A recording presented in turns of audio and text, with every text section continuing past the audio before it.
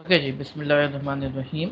तो जनाब हमने जो है गुज़िश्ता लेक्चर के अंदर स्टैक्स, क्यूज़ और लिंक लिस्ट को पढ़ा था। तो बस मैंने सोचा कि जो है कुछ मैं कंक्लूडिंग रिमार्क्स दे दूँ इसके ऊपर, फिर हम जो है अपने अगले टॉपिक को कंटिन्यू करेंगे। तो stack is a last in first out data structure like a pile of for example uh, a, a pile of rocks for example, या अगर आप देखें बर्तन हैं उनका स्टैक है। तो बर्तन अगर जब आप लगाते हैं अपने किचन के अंदर, तो जो बर्तन सबसे आखिर में जाता है वही सबसे पहले निकलता है।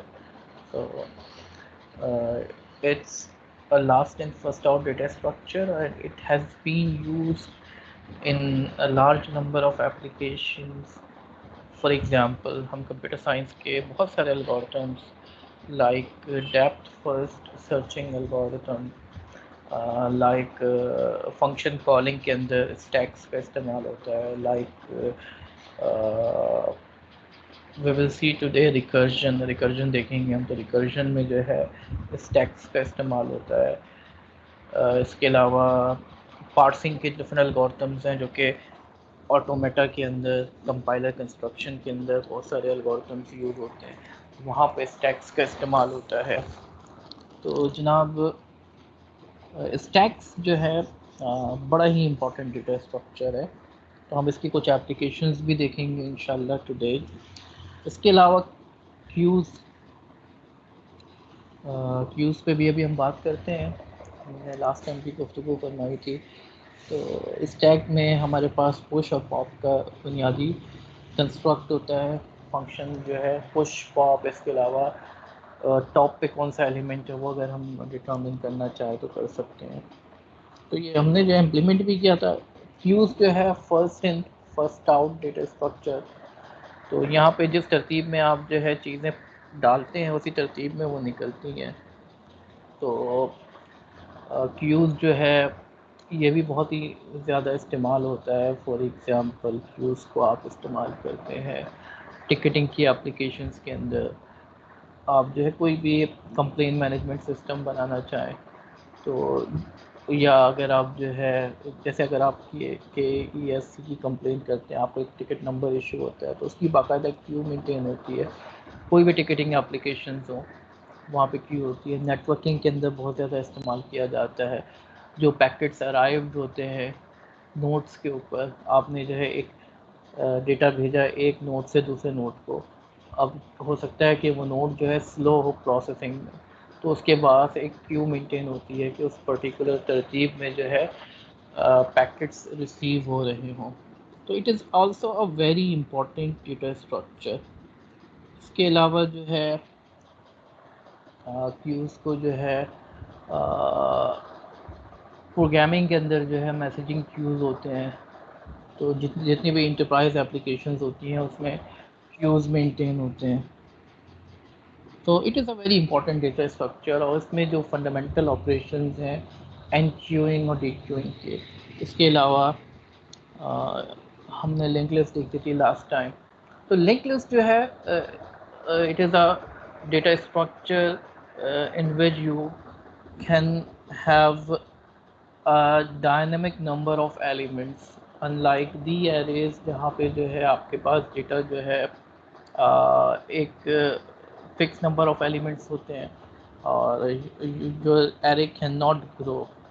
तो अनलाइक एरेज हमारे पास लिंक लिस्ट है जिसमें आप जो है कोई भी नया डेटा इंसर्ट कर सकते हैं, डेटा डिलीट कर सकते हैं, कोई भी नोट इंसर्ट डिलीट की जा सकती है। तो इसकी मदद से बड़ी यूज़फुल किस्म की एप्लीकेशंस बन सकती हैं।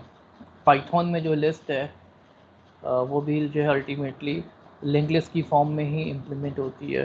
तो जितनी भी हायर लेवल प्रोग्रामिंग लैंग्वेजेस के अंदर आपके पास ऐसा कलेक्शन होता है जो कि डायनामिक होता है, जो कि ग्रो कर सकता है, वो अल्टीमेटली लिंक लिस्ट पर ही बेस कर रहा होता है। हमारे पास इसके अलावा फाइल एलोकेशन टेबल्स होते हैं, लाइक ऑपरेटिंग सिस्टम के अंदर FAT32 अगर आप देखें, तो वहाँ पे भी जो है जो हार्ड डिस्क के अंदर डेटा मेंटेन्ड होता है वो सेक्टर्स की फॉर्म में होते हैं और वो सेक्टर्स की एक लिंक लिस्ट बन रही होती है। इसी तरीके से अगर आप ब्लॉकचेन की बात करें तो ब्लॉकचेन में भी हमारे पास मर्कल ट्री का कॉन्सेप्ट होता है और वहाँ पे भी जो है लिंक लिस्ट मेंटेन हो रही होती है, जो कि रिकॉर्ड्स होते हैं, ट्रांजैक्शंस होती हैं, उनके लिंक लिस्ट मेंटेन हो रही होती है। तो it is a very important data structure that you need to understand. आपको कंप्यूटर साइंस के कॉन्सेप्ट्स अगर समझने हैं तो you need to understand the fundamental data structures, the fundamental algorithms. That's why this course is very important. यहाँ पे आपको जो है कुछ परफॉर्मेंस कंसिड्रेशंस भी देखने पड़ेंगे माय डियर स्टूडेंट्स, लाइक कि अगर आप एरेज मेंटेन कर रहे हैं या लिंक लिस्ट मेंटेन कर रहे हैं तो परफॉर्मेंस वाइज कौन सा फास्ट है। तो जनाब एरे के अंदर जो है आप जो है बड़ी आसानी से जो है किसी भी एलिमेंट को एक्सेस कर सकते हैं, जबकि लिंक लिस्ट में अगर आपको किसी भी एलिमेंट को एक्सेस करना पड़ेगा तो आपको जो है ट्रैवर्स करना पड़ेगा from the start. You can not access it randomly आप एक्सेस नहीं कर सकते, बल्कि इट रिक्वायर्स सीक्वेंशियल एक्सेस। फिर आपको ये भी देखना पड़ेगा एरे के अंदर जो है आपको कोई एडिशनल इंफॉर्मेशन नहीं रखनी पड़ती, लेकिन लिंक लिस्ट के अंदर हर नोड के साथ आपको नेक्स्ट नोड की इंफॉर्मेशन रखनी पड़ती है कि इस नोड के अगेंस्ट अगली नोड कौन सी है। और तो हमें जो है it requires additional information, but the advantage is that link list can grow dynamically. यहाँ पे एक और चीज़ समझना ज़रूरी है, हम जो है डबली लिंक लिस्ट भी मेंटेन कर सकते हैं, जिसमें हम जो है फॉरवर्ड भी जा सकते हैं, बैकवर्ड भी जा सकते हैं। लिस्ट को फॉरवर्ड भी ट्रैवर्स कर सकते हैं, बैकवर्ड भी ट्रैवर्स कर सकते हैं। तो डबली लिंक लिस्ट में क्या होता है, अगर मैं यहाँ पर ड्रॉ करूँ, अगर आपके पास एक नोड है तो नॉर्मल लिंक लिस्ट में हर नोड के पास ये इन्फॉर्मेशन होती है कि इसकी अगली नोड कौन सी है। एक हेड होता है और आपके पास इंफॉर्मेशन होती है कि एक नोड की अगली नोड कौन सी है। तो आप वन बाय वन ट्रैवर्स करके जो है आप किसी भी नोड तक पहुंच सकते हैं। जबकि डबली लिंक लिस्ट में क्या होता है, आपके पास रिवर्स लिंक भी होता है, प्रीवियस का लिंक के इसके पिछली नोड कौन सी है, किसी भी नोड की पिछली नोड कौन सी है। ठीक है, तो that is a doubly link list. इसके अलावा एक और कॉन्सेप्ट है सर्कुलर लिंक लिस्ट का। सर्कुलर लिंक लिस्ट से मुराद क्या है, जो आखिरी नोड होती है वो पहली वाली नोड को पॉइंट कर दी होती है। अगर आप आखिर में पहुंचते हैं तो आखिर के पास जो है नेक्स्ट जो होता है नल नहीं होता। नॉर्मली तो आप नल रखोगे ना कि आखिरी नोड है, उसके बाद नेक्स्ट नोड कौन सी है, कोई भी नहीं है। लेकिन अगर आप सर्कुलर लिंक लिस्ट मेंटेन करें तो in that case the last node points to the head node और दी वेरी फर्स्ट नोड। ठीक है जनाब, तो ये हमारे पास लिंक लिस्ट के रिलेटेड कुछ बुनियादी इंफॉर्मेशन थी जो मैंने शेयर की। बाकी चीज़ें तो हमने पढ़ ली थी लास्ट क्लास में। तो आई होप के things are clear my dear students. Any question?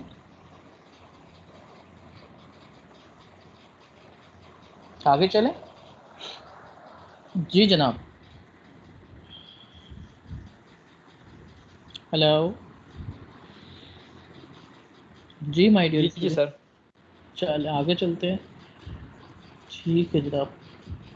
अच्छा जी, आज हमारा टॉपिक जो है एक और बहुत ही इम्पोर्टेंट कॉन्सेप्ट है, रिकर्जन।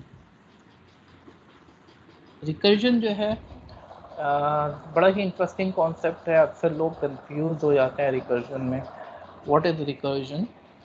तो रिकर्जन से मुराद एक ऐसा फंक्शन है जो कि अपने आप को कॉल कर रहा हो। ठीक है, आई होप के most of you have the idea of recursion. किसी को आइडिया है रिकर्जन का? What is recursion? जी, तो बताएगा रिकर्जन क्या होती है?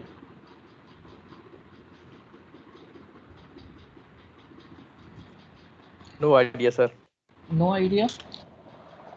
रिकर्सिव डेफिनेशन क्या होती है? अक्सर प्रोग्रामिंग में आपने देखा होगा कि आप प्रोग्रामिंग में क्या बल्कि मैथमेटिक्स के अंदर भी आपने जो है अक्सर रिकर्सिव डेफिनेशन देखी होगी।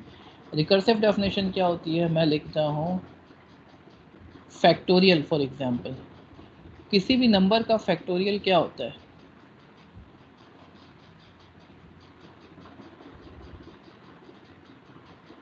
बल्कि आपने यूँ देखा होगा, बल्कि हर अक्सर जगहों पे जैसे 5 का फैक्टोरियल निकाल लें तो हम लिखते हैं 5 का फैक्टोरियल बराबर होता है 5 इंटू 4 का फैक्टोरियल। ऐसा तो आपने देखा होगा अक्सर लिखा हुआ, ठीक है। तो ये क्या है? ये रिकर्सिव डेफिनेशन है। फैक्टोरियल की definition in terms of factorial, यानी फंक्शन की डेफिनेशन उसी के टर्मिनोलॉजी में लिखा है, उसी की टर्म में लिखा है, लेकिन वो टर्म छोटी है। बस ये है 5 का फैक्टोरियल निकालने के लिए फैक्टोरियल ही निकालना पड़ेगा हमें, उससे एक छोटे नंबर का 4। जब उससे छोटे नंबर का फैक्टोरियल निकाल के 5 से मल्टीप्लाई कर देंगे तो 5 का फैक्टोरियल आ जाएगा, ठीक है। तो ये फैक्टोरियल की डेफिनेशन है। जैसे मैं यहाँ पर लिखूँ एफ एक्स बराबर है F X minus 1 into X, ठीक है। That is a recursive definition. और प्रोग्रामिंग में कुछ हम यही काम करते हैं कि हम जो है फंक्शन को बोलते हैं कि तुम अपने आप को कॉल करो, ठीक है। यानी एफ एक्स निकालने के लिए एफ एक्स माइनस 1 निकाल लो, फंक्शन एफ ही अप्लाई करना है लेकिन एक्स माइनस 1 पे अप्लाई करना है। तो 4 का फैक्टोरियल निकालने के लिए हमें क्या करना पड़ेगा? 4 का फैक्टोरियल निकालने के लिए हमें 3 का फैक्टोरियल निकालना पड़ेगा। 3 का फैक्टोरियल निकालने के लिए 2 का फैक्टोरियल निकालना पड़ेगा, और 2 का फैक्टोरियल निकालने के लिए हमें 1 का फैक्टोरियल निकालना पड़ेगा। अब ये कब तक के चलता रहेगा? हमें कोई बेस केस देना पड़ेगा, ठीक है। हमें कोई बेस केस बताना पड़ेगा जहाँ पे हम स्टॉप करेंगे, वरना ये तो चलते ही रहेगा। 1 का निकालने के लिए 0 का निकालो, 0 का निकालने के लिए -1, -1 का निकालने के लिए -2। तो ये कब तक चलेगा? It has to stop somewhere. तो हमारे पास एक बेस केस भी होना चाहिए। बेस केस क्या होगा? जैसे हम कहेंगे फंक्शन का फैक्टोरियल 1 के बराबर होगा जब x1 हो। x1 होगा तो हम फिर फॉर्मूले से नहीं निकालेंगे, हम कोई फिक्स वैल्यू देंगे। बेस केस में हम कोई फिक्स वैल्यू देते हैं, और बाकी रिकर्सिव केस में जो है हमें क्या करना पड़ेगा? जब x 1 से बड़ा हो तो हमें ये फॉर्मूला अप्लाई करना पड़ेगा, ठीक है। तो रिकर्सिव डेफिनेशन एक ऐसी डेफिनेशन जो अपने आप में लिखी जाए, ठीक है। तो प्रोग्रामिंग के अंदर क्या होता है? रिकर्जन एक ऐसी टेक्निक है, एक ऐसा फंक्शन है जो अपने आप को कॉल कर रहा हो। तो यहाँ पे हमें ये समझना बड़ा ज़रूरी है कि हमारा फंक्शन इनफाइनाइट केस में ना फंस जाए, तो हमें एक बेस केस देना ज़रूरी है, ठीक है। तो फंक्शन जो है इसकी डेफिनेशन अगर सेल्फ रेफरेंशियल हो, अपने आप को ही रेफर कर रहा हो, तो ये रिकर्जन कहलाएगा। तो रिकर्जन क्या ज़रूरी है? बहुत सारे काम ऐसे हैं जो रिकर्जन के बगैर भी हम कर सकते हैं, ठीक है। लेकिन रिकर्जन जो है बाज़ औक़ात कोड को ज़्यादा साफ़ सुथरे तरीके से लिख सकते हैं हम रिकर्जन के थ्रू। और दूसरी बात ये, बहुत सारे एल्गोरिथम जैसे अभी हम देखेंगे डिवाइड एंड कॉन्कर एल्गोरिथम की टेक्निक्स होती हैं, जिसमें से एक टेक्निक होती है डिवाइड एंड कॉन्कर, कि एक बड़े प्रॉब्लम को उसी तरह के एक छोटे प्रॉब्लम में तोड़ दो। तो वहाँ पे रिकर्जन इस्तेमाल होती है डिवाइड एंड कॉन्कर के अंदर। इंशाल्लाह हम उसको पढ़ेंगे अभी आज ही, ठीक है। तो हमारे पास एक बेस केस है और एक रिकर्सिव केस है। तो मैंने आपको बताया बेस केस के अंदर आप क्या करेंगे, आप बताएंगे कि हमने किस स्टेप पे स्टॉप करना है, और रिकर्सिव केस में हम बताएंगे जब तक बेस केस नहीं आ रहा हमने कौन सा फॉर्मूला अप्लाई करना। तो मिसाल के तौर पर काउंट का एक फंक्शन बनाते हैं हम, ठीक है। आज हम थोड़ा सा कोड करते हैं।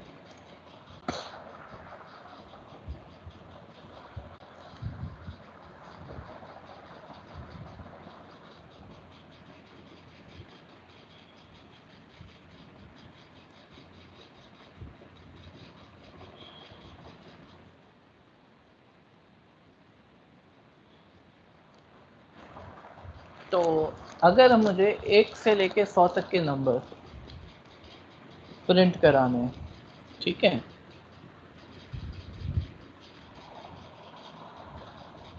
तो कैसे प्रिंट कराएंगे, या रिवर्स में कर लेते हैं, चलें 100 से लेके 1 तक। तो मैं लिखूँगा, अगर मैं सिर्फ पाइथन के नॉर्मल तरीके से करना चाहूँ, for I in range 100 to 0, ठीक है, प्रिंट करा दिया मैंने आई।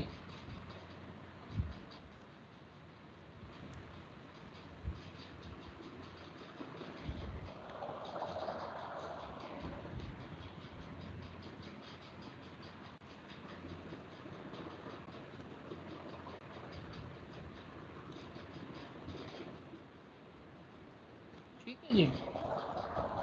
और अगर मैं इसको एक ही लाइन में प्रिंट कराना चाहूँ तो मैं क्या करूँगा, कोई बता सकता है मुझे? मैं नहीं चाह रहा कि एक नंबर प्रिंट करने के बाद ये अगली लाइन पे जाए स्टूडेंट्स, तो मैं क्या करूँगा, कोई बता सकता है मुझे? जी स्टूडेंट्स,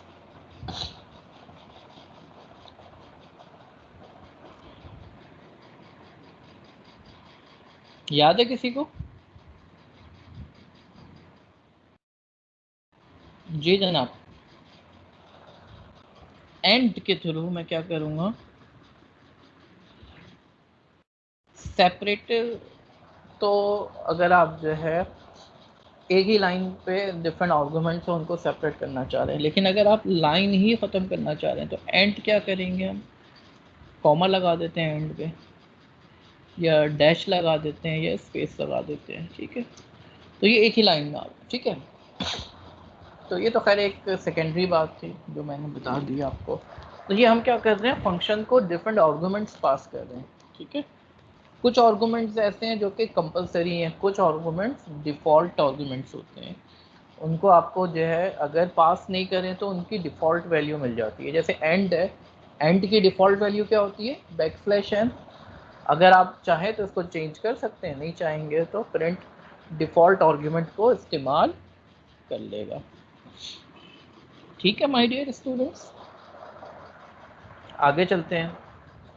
अब यही चीज़ जो है मैं चाह रहा हूँ इम्प्लीमेंट करना रिकर्जन के थ्रू, ठीक है।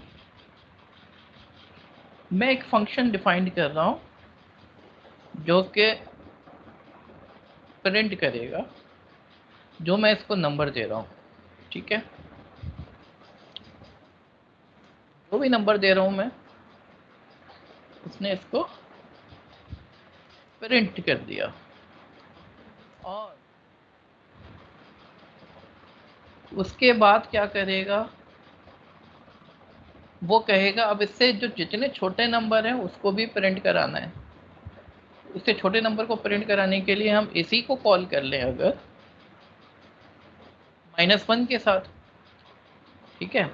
तो इसकी जिम्मेदारी क्या है, इस फंक्शन p की जिम्मेदारी है जो भी नंबर मैं दूंगा उसको प्रिंट करे, और उससे छोटे जितने भी नंबर हैं उनको भी प्रिंट कराने की जिम्मेदारी इसकी है, p की ही जिम्मेदारी है।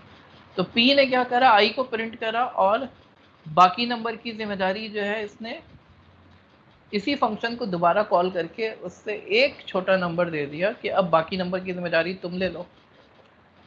अब जब मैं i-1 यानी मैं मिसाल के तौर पर मैं p को देता हूँ 100, तो 100 पे क्या करेगा, ये प्रिंट कराएगा 100, और फिर क्या करेगा, ये कॉल करेगा p99। तो जब p99 चलेगा तो ये फंक्शन दोबारा कॉल होगा, 100 तो प्रिंट हो चुका है, अब ये क्या करेगा, 99 प्रिंट करेगा और फिर 98 के लिए कॉल करेगा, फिर 97 प्रिंट करेगा, फिर 96 के लिए कॉल करेगा। लेकिन क्या ये फंक्शन कभी रुकेगा? जी स्टूडेंट्स, नहीं, इनफाइनाइट हो जाएगा। हाँ, इसको रोकने के लिए हमें कोई बेस केस लिखना पड़ेगा। तो बेस केस हमारा क्या होगा? जब आई जो है 0 के बराबर, इक्वल्स टू 0। तो हम क्या करेंगे, यहाँ पे रिटर्न कर जाएंगे। ठीक है, जब हमने इसको दोबारा कॉल नहीं करना, 0 पे पहुंचने के बाद हमने दोबारा कॉल नहीं करना। तो ये हमारा फंक्शन है। यहाँ पे भी हम जो है एंड लगा देते हैं। ठीक है, तो ये चल गया फंक्शन। ठीक है, तो अगर मैं इस फंक्शन का स्टैक ट्रेस देखूं तो कुछ इस तरीके का हो रहा है कि ये स्टैक है हमारे पास, ये स्टैक के अंदर सारी चीज़ें हो रही है ना। तो ये कॉल कर रहा है, सबसे पहले p को कॉल कर रहा है जब i की वैल्यू क्या है, 100। ठीक 100 है, है। i is equal to 100। फिर ये कॉल कर रहा है 99 पे, और 100 वाला भी ख़त्म नहीं हुआ, 100 वाला पड़ा हुआ ही है मेमोरी के अंदर। ठीक है, इस तरीके से ये चलता रहेगा। 99 के बाद 98, 97, 96, और आखिर में 0 पे जाके या 1 पे जाके P1 पे जो है ये रिटर्न करेगा। P1 पे क्या होगा, ये रिटर्न कर जाएगा। जब ये रिटर्न करेगा तो क्या होगा, मेमोरी खाली होना शुरू होगी। ठीक है, P1 ख़त्म होगा, P1 ख़त्म होगा तो उसके बाद क्या होगा, P2 ख़त्म होगा, P2 ख़त्म होते फिर ये रिवर्स में ख़त्म होना शुरू होगा। ठीक है, 99 ख़त्म होगा, फिर जाके 100 ख़त्म होगा, रिवर्स में ख़त्म होना शुरू होगा। तो ये स्टैक में पूरा मेंटेन हो रहा होता है फंक्शन कॉलिंग जो है। राइट स्टूडेंट्स, आई होप कि मेरी बात आपकी समझ में आ रही होगी कि किस तरीके से जो है रिकर्जन काम करता है। तो रिकर्जन के बड़े एडवांटेजेस हैं। इसी तरीके से फैक्टोरियल, अभी हम फैक्टोरियल देखते हैं। यहाँ पर मैं आपसे एक क्वेश्चन पूछता हूँ फैक्टोरियल पे जाने से पहले। अगर मैं इस फंक्शन को थोड़ा सा चेंज कर दूँ,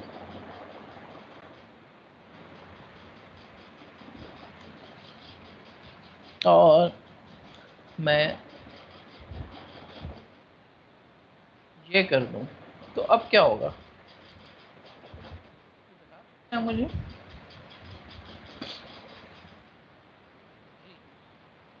अब क्या होगा?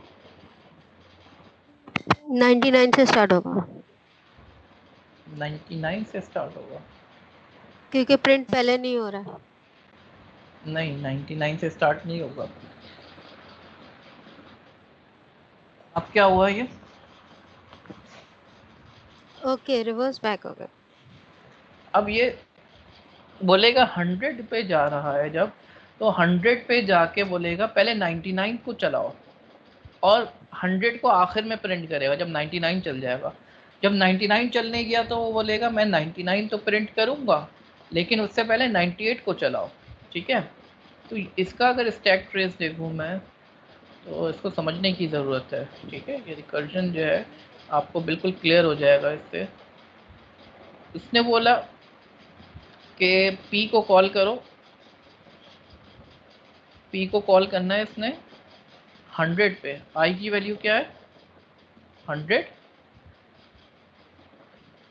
लेकिन अब जब I की वैल्यू 100 पे, ये यहाँ पे रुक जाएगा। ठीक है, यहाँ पर ये कॉल करेगा दोबारा P को, और I की वैल्यू 99 पे रुक जाएगा। ठीक है, ये कौन सी लाइन पे रुकेगा, लाइन नंबर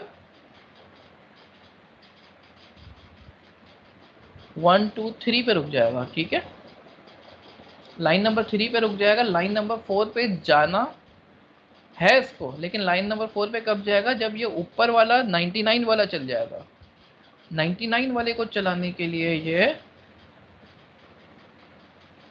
99 जो है उसमें भी जो है लाइन नंबर 4 पे ये चल नहीं पाएगा। प्रिंट जो लिखा हुआ है, प्रिंट से पहले क्या हो रहा है,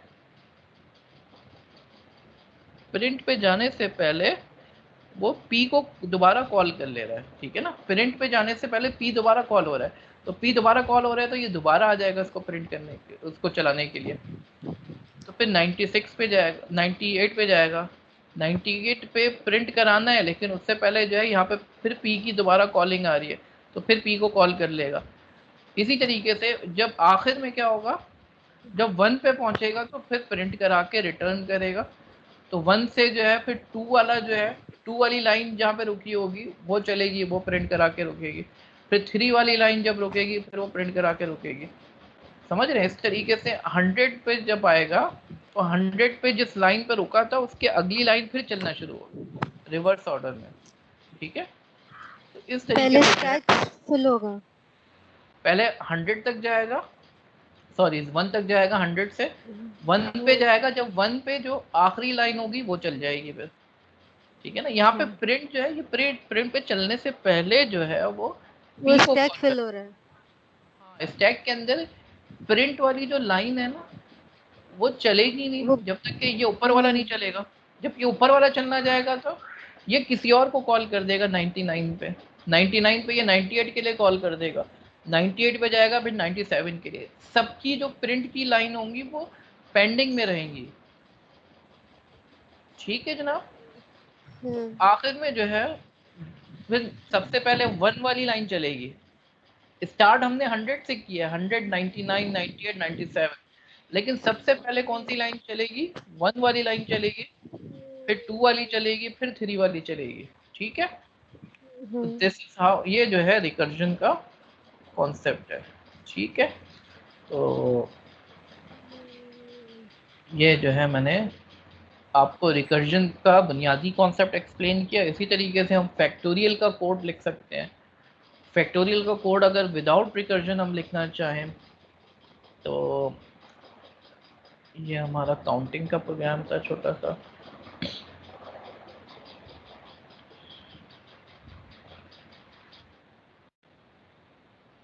काउंटिंग इन रिवर्स, ठीक है। और उसमें हमने जो है फॉरवर्ड काउंटिंग भी देखी।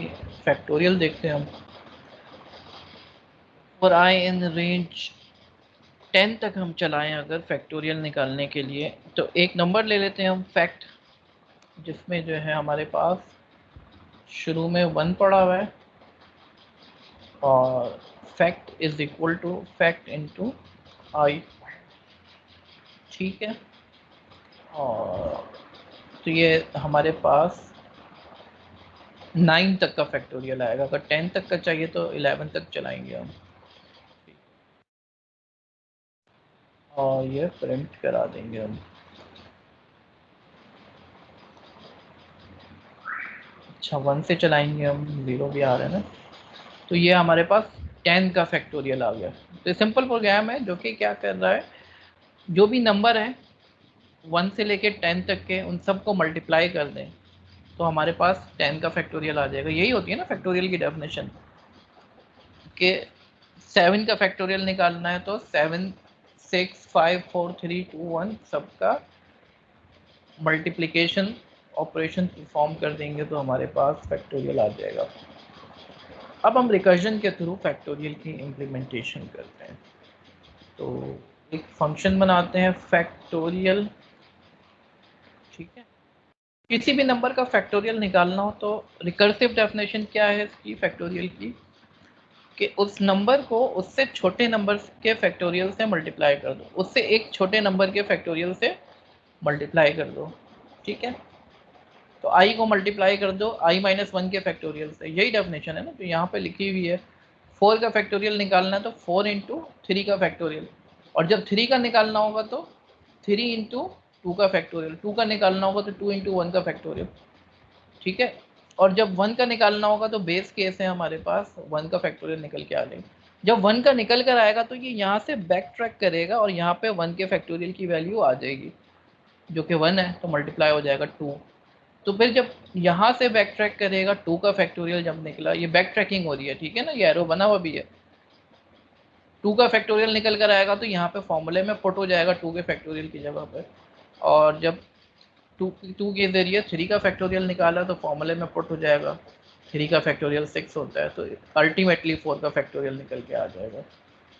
ठीक है जनाब, स्टूडेंट्स बात समझ में आ रही है आप लोगों के? क्लियर है स्टूडेंट्स? क्लियर है?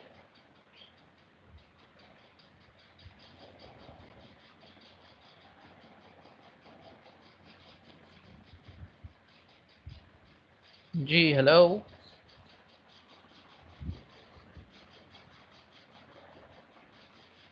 जी सर क्लियर है। ठीक है जी, और बाकी लोगों को क्लियर है? दुआ आपको क्लियर है मोहम्मद?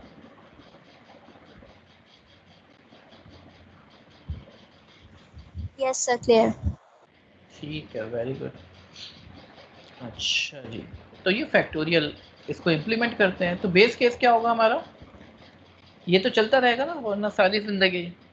10 का निकालने जा रहे हैं, 10 से 9 8 6 7 4 5 3 2 1, 1 पे रोकना होगा हमने। तो रिकर्सिव कॉल से पहले हमने इसको रोकना होगा। क्या रोकना होगा? हमें क्या केस लगाना होगा? i इज इक्वल टू 1 पे जो है रिटर्न करा दो 1, वरना क्या रिटर्न कराओ? मल्टीप्लाई करके, उससे छोटे नंबर से मल्टीप्लाई करके हमने रिटर्न कराना है। ठीक है, एल्स नहीं एल्स लगाने की ज़रूरत नहीं है, एल्स लगा दें चलो। ठीक है, एल्स एल्स, वरना वो तो इफ के बाद जो है वो नीचे ही आएगा। तो प्रिंट कराएं अगर हम फैक्टोरियल ऑफ 10 मिसाल के तौर पर, तो ये 362880। ठीक है, तो ये फैक्टोरियल के थ्रू हमने जो है रिकर्जन को समझने की कोशिश की। अगर हम स्पीड कंपैरिजन करना चाहें कि जो सिंपल वाला ऑपरेशन जो था फैक्टोरियल का आइट्रेशन वाला, वो फास्ट है या रिकर्जन वाला फास्ट है? ठीक है,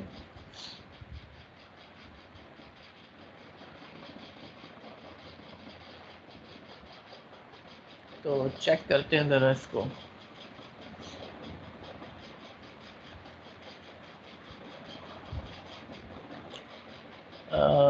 स्पीड कंपैरिजन आप लोगों ने नमपाई में करा था ये, मेरा ख्याल है याद होगा आप लोगों को। टाइम इट की कमांड यूज़ की थी, याद है ना आप लोगों को? तो देखते हैं, टाइम इट की कमांड जो है उसमें आपको जो है कोई भी कमांड अगर आपको चलानी हो और आपको चेक करना हो कितना टाइम लग रहा है। ठीक है, टाइम इट की कमांड में कितना टाइम लग रहा है, अगर आपने कोई सेटअप करना चाह रहे हैं और कितनी दफ़ा चलाना चाह रहे हैं इस प्रोग्राम को, इस कमांड को, how many times you would like to execute इस पर्टिकुलर कमांड, और उसके साथ अगर आप कोई सेटअप आर्ग्यूमेंट्स देना चाह रहे हैं या कोई फंक्शन डिफ़ाइन करना चाह रहे हैं तो वो आप डिफ़ाइन कर दें। ठीक है, तो इसको हम चलाते हैं। तो के तौर पर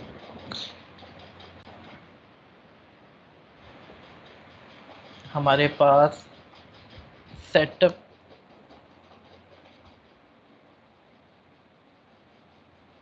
ये हमारा फंक्शन है। ठीक है, ये हमने चलाना है। ठीक है,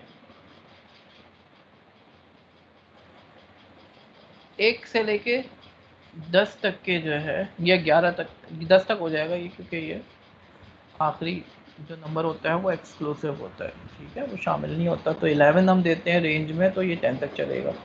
तो 1 से लेके 10 तक के हमने जो है फैक्टोरियल कैलकुलेट किया। अगर हम चाहें तो इसको बढ़ा भी सकते हैं, चलें अभी यही रखते हैं। तो ये हमारे पास फंक्शन है और पहले हम चेक करते हैं इसको आइटरेटिव केस। अगर हम विदाउट आइट्रेशन विदाउट रिकर्जन अगर हम चलाएं इसको आइटरेटिव केस, और हमारे पास टाइम इट की कमांड है जिसमें हमें क्या कमांड चलानी है, फैक्टोरियल।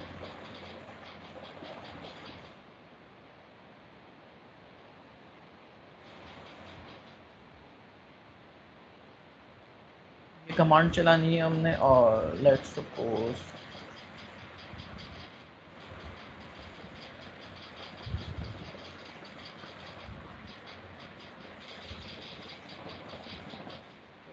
चला के देखते हैं। तो 30.9 नैनो सेकेंड्स ये एक दफ़ा चलने में टाइम लगा है ना इसको। अगर मैं चाहूँ इसको 100 दफ़ा चलाऊँ तो देखते हैं कितना टाइम लगता है इसको।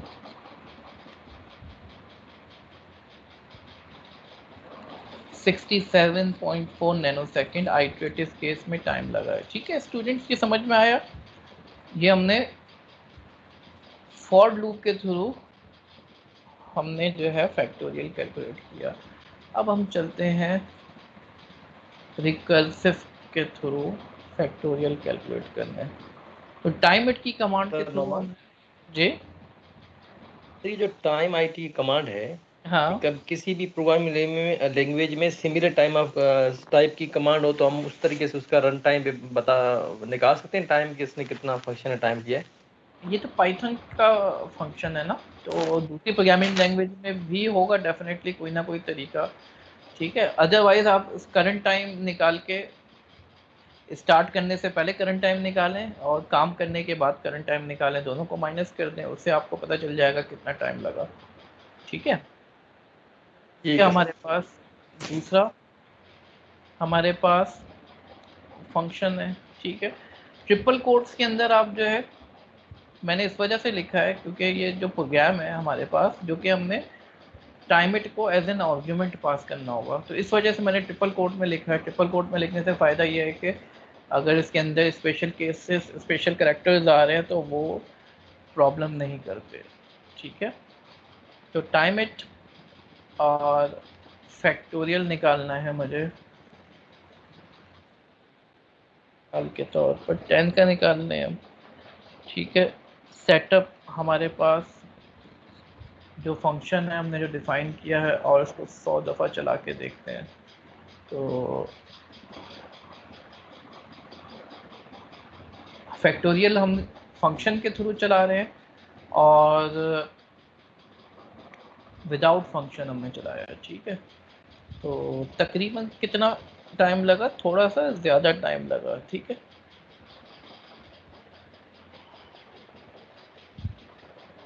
ठीक है स्टूडेंट्स, तो फैक्टोरियल हमने फंक्शन के थ्रू निकाल के देखा और आइट्रेशन के थ्रू निकाल के देखा।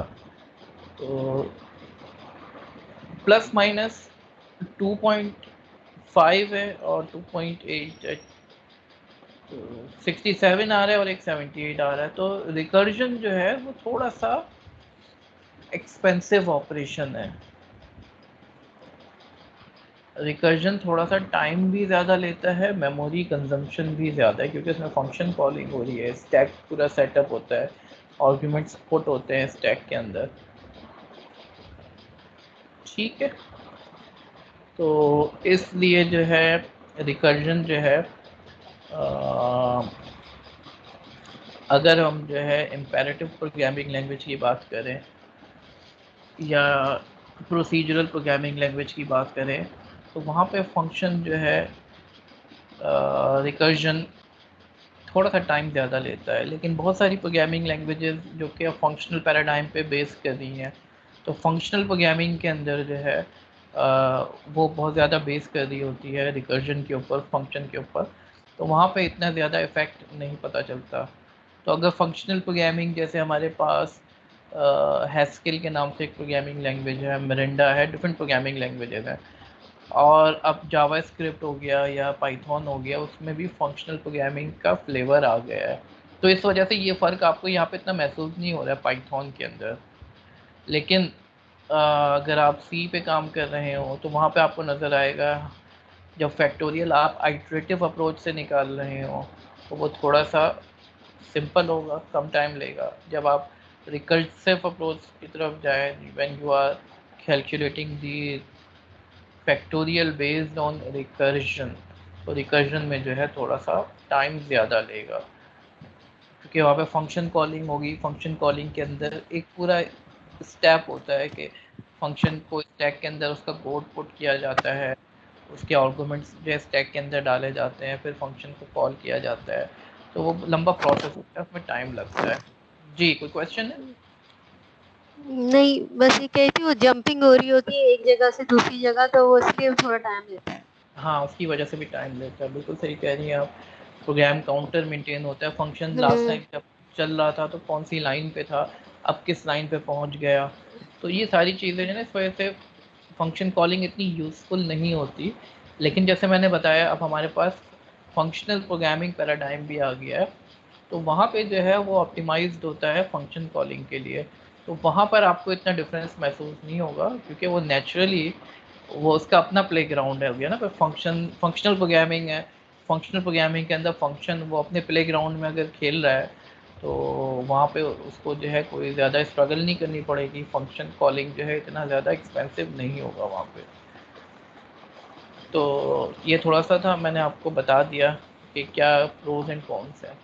तो और बहुत सारी एग्जांपल्स हैं रिकर्जन की, तो इंशाल्लाह I will share with you people as well कि किस तरीके से, क्योंकि ये जो है ना समझना बड़ा ज़रूरी है कि किसी भी प्रोग्राम को इन टर्म्स ऑफ रिकर्जन कैसे सॉल्व किया जा सकता है। एक प्रोग्राम को छोटे छोटे सब कंस्ट्रक्ट्स के अंदर कैसे डिवाइड किया जा सकता है। जैसे आपको मालूम करना हो कि कोई भी स्ट्रिंग पैलिंड्रोम है या नहीं है। तो पैलिंड्रोम क्या होता है? पैलिंड्रोम एक ऐसी स्ट्रिंग होती है जिसको रिवर्स करेंगे तो फिर भी जो है वो सेम ही रहेगा, ठीक है। तो लेट्स ट्राई इट। अब मैं आइट्रेटिव अप्रोच नहीं बता रहा, वो तो बहुत सिंपल सी अप्रोच है जिसके थ्रू आप कर सकते हैं।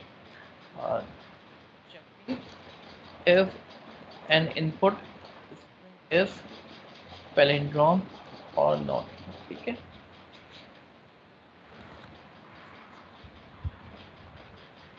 तो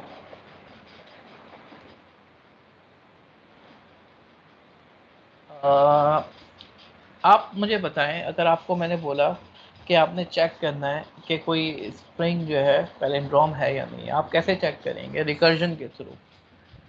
सिंपल तरीका तो ये है कि आप उसको रिवर्स करें और दोनों को कंपेयर कर लें, ठीक है। लेकिन ये रिकर्जन तो नहीं आई ना यहाँ पे। अगर रिकर्जन के थ्रू करना हो तो कैसे करेंगे?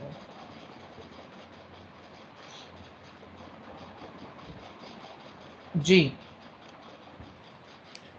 तो फर्स्ट वाले एलिमेंट को लास्ट वाले एलिमेंट से कंपेयर करेंगे, फिर 1 माइनस करके सेकंड एलिमेंट को फिर लास्ट के सेकंड एलिमेंट से करेंगे। रिवर्स में 2 काउंटर चलाएंगे। बिल्कुल बिल्कुल सही है। तो हम चेक करते हैं, इस पैलिंड्रोम का एक फंक्शन बनाते हैं, ठीक है।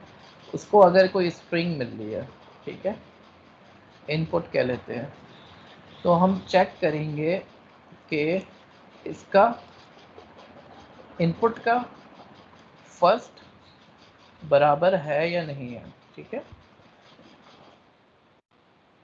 इनपुट का फर्स्ट इनपुट के लास्ट को कैसे लिखते हैं? -1 के बराबर है या नहीं है, ठीक है। और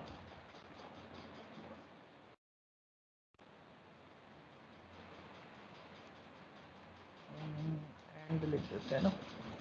और बाकी बच गया इसका। अब क्या करेंगे?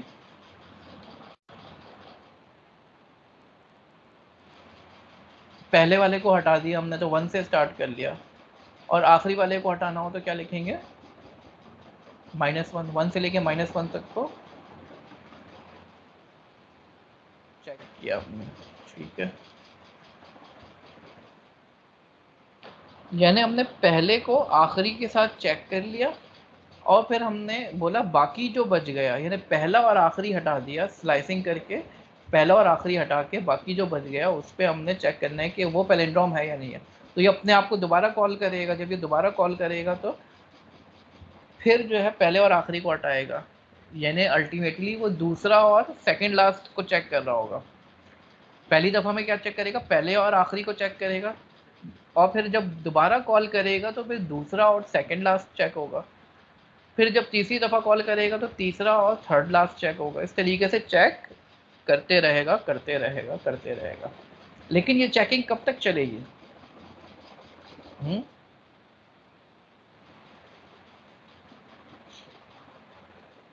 ये चेकिंग कब तक चलनी चाहिए? जी my dear students, any idea till when should we check,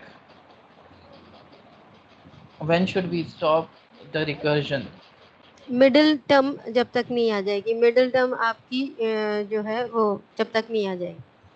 हाँ, मीन अगर आप पहले से निकलवा लें या उस तरह से नहीं भी कर सकते हैं। नहीं नहीं, आपको सिर्फ चेक करने की ज़रूरत है जो आपका इनपुट है वो एक लेंथ का या ज़ीरो लेंथ का हो जाए तो आपने स्टॉप करनी है, ठीक है ना।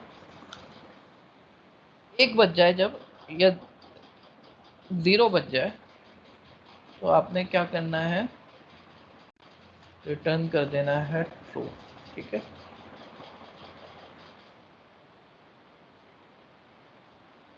अदरवाइज जब आपके पास एक ही बच जाएगा ना, यानी अगर ऑड लेंथ की स्ट्रिंग है तो पहले, जैसे अगर 5 लेंथ की स्ट्रिंग है तो पहले को चेक किया और पांचवें को चेक किया, दूसरे को चेक किया, चौथे को चेक किया, अब तीसरा बच गया सिर्फ, तो एक ही बच जाएगा। तो एक को तो चेक करने की ज़रूरत नहीं है, बीच वाला जो है वो तो किसी से मैच नहीं करेगा, ठीक है। और अगर इवन लेंथ की स्ट्रिंग होगी, जैसे 6 है, तो पहले को चेक किया छठे से, दूसरे को चेक किया चौथे से, और दूसरे को चेक किया पांचवें से, पहले को चेक किया छठे से, दूसरे को चेक किया पांचवें से, तीसरे को चेक किया चौथे से, उसके बाद कुछ बचा ही नहीं, तो ख़त्म हो गई बात, ठीक है। तो या तो ज़ीरो लेंथ की स्ट्रिंग रह जाए या वन लेंथ की रह जाए, तो हमने वहाँ पे स्टॉप कर जाना है। तो आई होप कि ये चलेगा। इसको चेक करते हैं, इस इनपुट लेते हैं, इंटर अ स्ट्रिंग, ठीक है, और हम चेक करते हैं इस पैलिंड्रोम, ये पैलिंड्रोम है या नहीं है, इनपुट, ठीक है।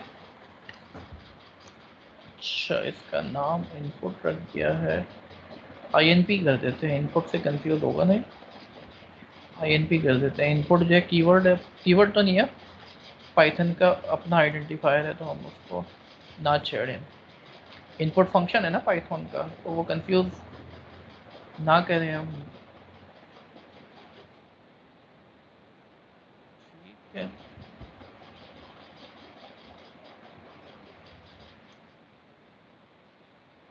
तो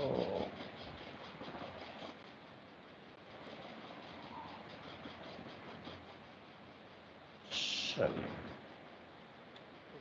हेलो कहते हैं, तो हेलो जो है पैलिंड्रोम नहीं है। दोबारा चलाते हैं, अब हम देते हैं ई, तो ये पैलिंड्रोम है, ठीक है।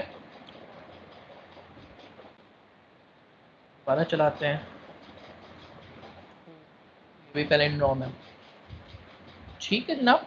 स्टूडेंट्स, मेरी बात समझ में आ रही है आप लोगों के? Yes, sir.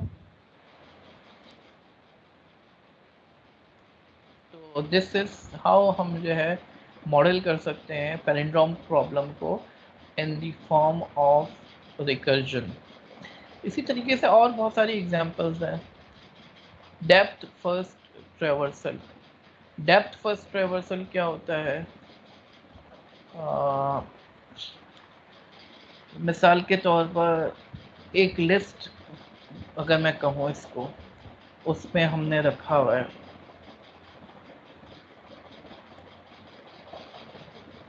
ये ट्री है जो कि आप जो है लिस्ट के अंदर स्टोर कर सकते हैं।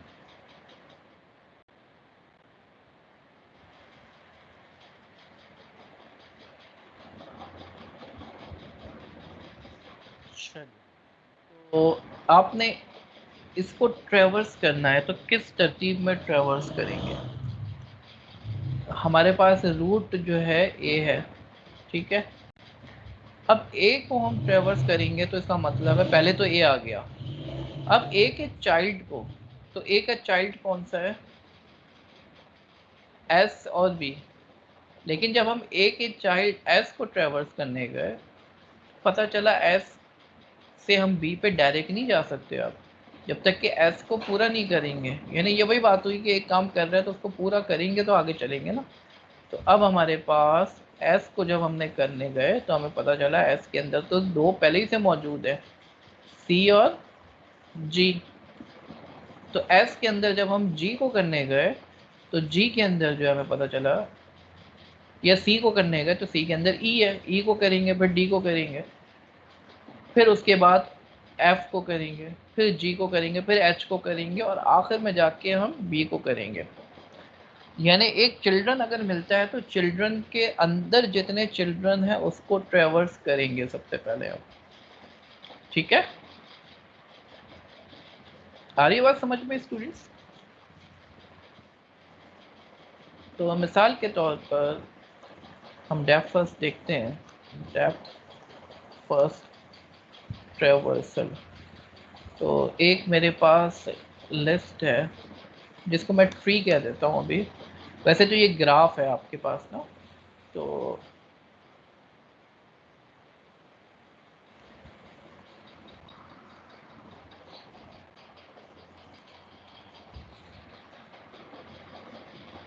हम कहते हैं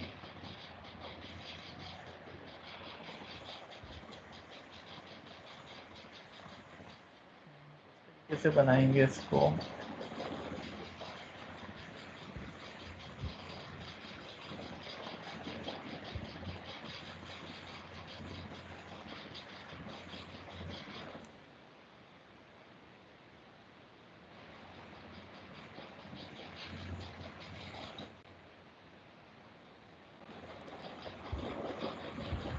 तो ये एक हमारे पास पूरी लिस्ट है जिसके अंदर जो है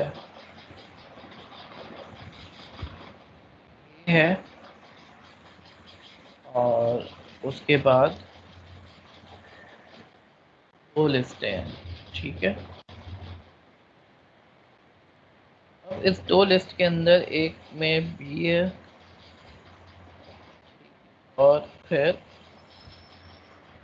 एक पूरी लिस्ट है जिसके अंदर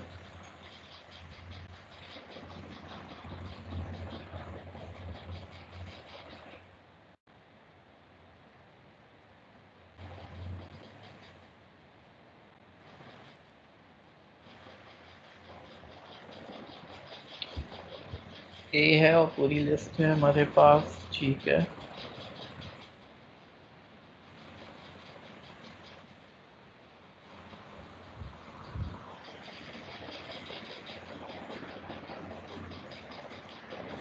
तो हर चिल्ड्रन को हमने जो एक लिस्ट बनाना है, ठीक है।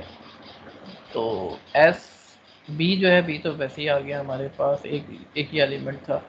अब एस है तो एस को जो है हमने एस से ही लिख दिया, और उसके साथ एस के दो चिल्ड्रन है तो दो लिस्ट बन जाएंगी, जी और सी।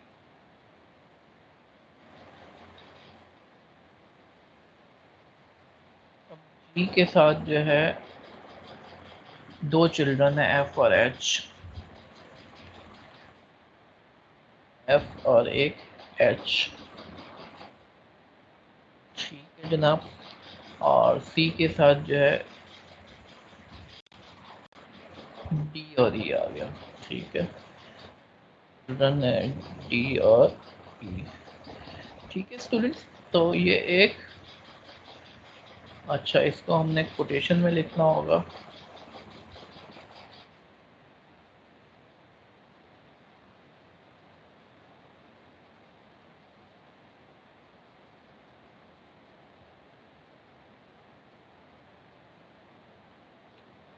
तो अगर मैं इसको प्रिंट कराऊँ तो ये हमारे पास अब इसका डेप्थ फर्स्ट रिवर्सल करना है। पहले मैं आपको ये समझा दूं माय डियर स्टूडेंट्स के मैंने जो है इसको ट्री की फॉर्म में किस तरीके से रखा हुआ है। थोड़ा सा कंफ्यूजन दे रहा होगा ये आपको, तो मैं आपको समझा दूं कि हमारे पास ये रूट नोड है, ठीक है, ए। इसके जो चाइल्ड है वो जो है इसके साथ लिस्ट की फॉर्म में लिखे हुए हैं। ए के अंदर जो है हमारे पास दो चाइल्ड हैं, एक बी है और एक ये पूरा चाइल्ड है, ठीक है, ये पूरा चाइल्ड है। बी के अंदर जो है हमारे पास एक चाइल्ड एस है और फिर ये चाइल्ड है जी और ये चाइल्ड है, ठीक है। और एक और चाइल्ड कौन सा है, सी और डी ई।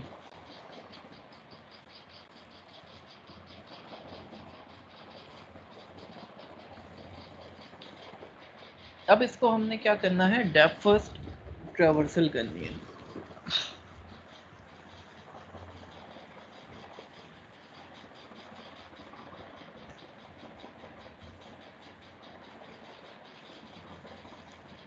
अच्छा, ये थोड़ा सा कंफ्यूजन है इसमें।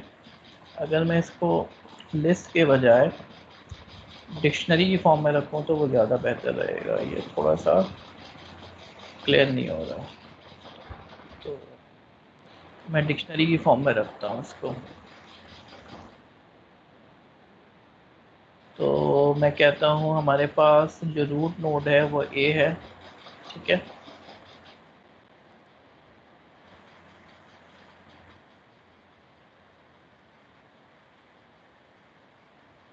ए के अंदर दो चाइल्ड है बी और एस। तो हमारे पास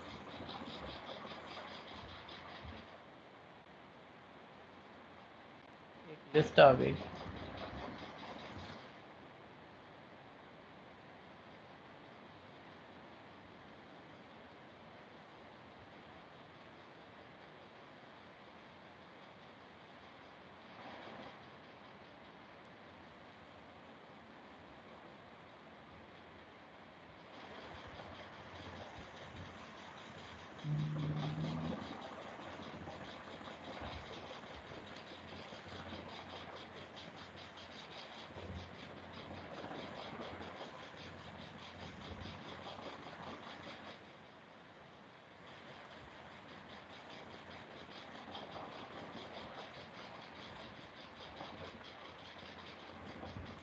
बी और एस।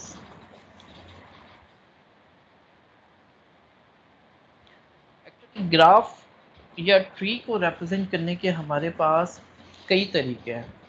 तो एक तरीका तो वो था जो मैंने अभी ऊपर आपको लिस्ट की फॉर्म में बताया, ठीक है।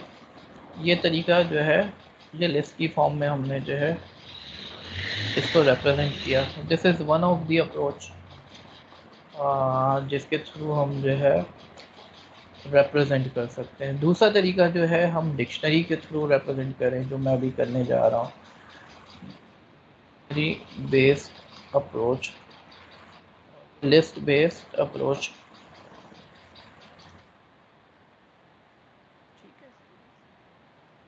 अलावा भी हमारे पास कई अप्रोचेज हैं जिसके थ्रू हम जो है रिप्रेजेंट कर सकते हैं। एडजेसेंसी मैट्रिक्स अप्रोच, ठीक है, एडजेसेंसी लिस्ट अप्रोच। तो ये कई तरीके हैं जिसके थ्रू हम जो है रिप्रेजेंट कर सकते हैं। Let me explain it first, ताकि जो कंफ्यूजन हो रही है वो क्लियर हो जाए। तो एडजेसेंसी मैट्रिक्स के अंदर क्या करते हैं,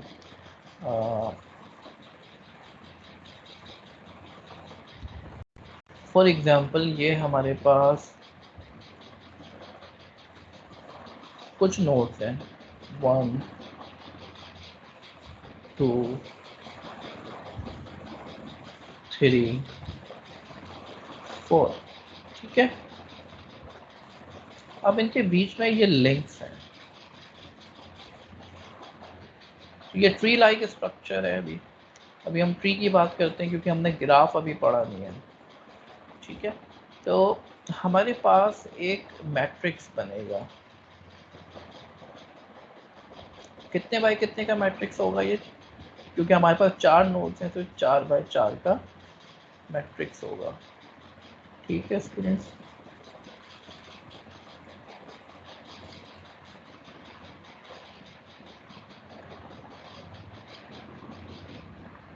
अब रो और कॉलम को मैच करें, क्या 1 1 से कनेक्टेड है, हर नोड अपने आप से तो कनेक्टेड होगी ना, 1 1 से होगा, 2 2 से होगा, 3 3 से होगा, 4 4 से होगा, ठीक है। तो this is not a issue. अब देखते हैं क्या 1 और 2 के बीच में कोई कनेक्शन है, जी 1 और 2 के बीच में बिल्कुल कनेक्शन है, तो यहाँ पे हमने 1 लिख दिया। क्या 1 और 3 के बीच में कनेक्शन है, बिल्कुल है, यहाँ पे 1 लिख दिया। क्या 1 और 4 के बीच में कनेक्शन है, जी हाँ। क्या 2 से 1 पे कोई कनेक्शन बन रहा है, नहीं बन रहा, 0 लिख दिया हमने। क्या 2 से 3 पे कोई कनेक्शन बन रहा है, नहीं बन रहा, 0 लिख दिया। क्या 2 से 4 पे कोई कनेक्शन बन रहा है, नहीं बन रहा, तो 0 लिख दिया। क्या 3 से 1 पे कोई कनेक्शन बन रहा है, नहीं बन रहा। 3 से 2 पे बन रहा है, नहीं बन रहा। 3 से 3 पे तो बन रहा है, 3 से 4 पे नहीं बन रहा। क्या 4 से 1 पे कोई कनेक्शन बन रहा है, नहीं बन रहा। 4 से 2 पे कोई कनेक्शन बन रहा है, नहीं। 4 से 3 पे। तो this is the adjacency matrix approach. जी my dear students, adjacency matrix representation clear है आप लोगों को, Yes, sir. ठीक है। तो एडजेसेंसी मैट्रिक्स से भी हम कर सकते हैं इसी तरीके से adjacency list representation. Adjacency list में हम क्या करेंगे, 1 के कौन कौन से एडजेसेंट नोड्स हैं हमने वो रख लिए। 1 के कौन कौन से हैं, 1 के हमारे पास 2 3 और 4, ठीक है, ये हमने स्टोर कर लिया। 2 के कौन कौन से हैं, अभी कोई भी नहीं है तो हमने ऐसे ही छोड़ दिया, ठीक है। 3 का कोई चाइल्ड नहीं है, हमने ऐसे ही छोड़ दिया। क्या 4 का कोई चाइल्ड है, नहीं है अभी, अगर होता तो हम स्टोर कर लेते, ठीक है। तो this is the adjacency list approach, ये एडजेसेंसी लिस्ट है, ठीक है। और ये वाली कौन सी है, एडजेसेंसी मैट्रिक्स अप्रोच, ठीक है। तो चलें हम इन दोनों में से ही कोई ट्राई कर लें। अदरवाइज व्हाट आई वांटेड कि हम जो है क्या डिक्शनरी के थ्रू जो है हम इसको स्टोर कर लें या लिस्ट के थ्रू स्टोर कर लें। तो चलें हम जो है एडजेसेंसी मैट्रिक्स से ही कर लेते हैं इस ग्राफ को स्टोर ना।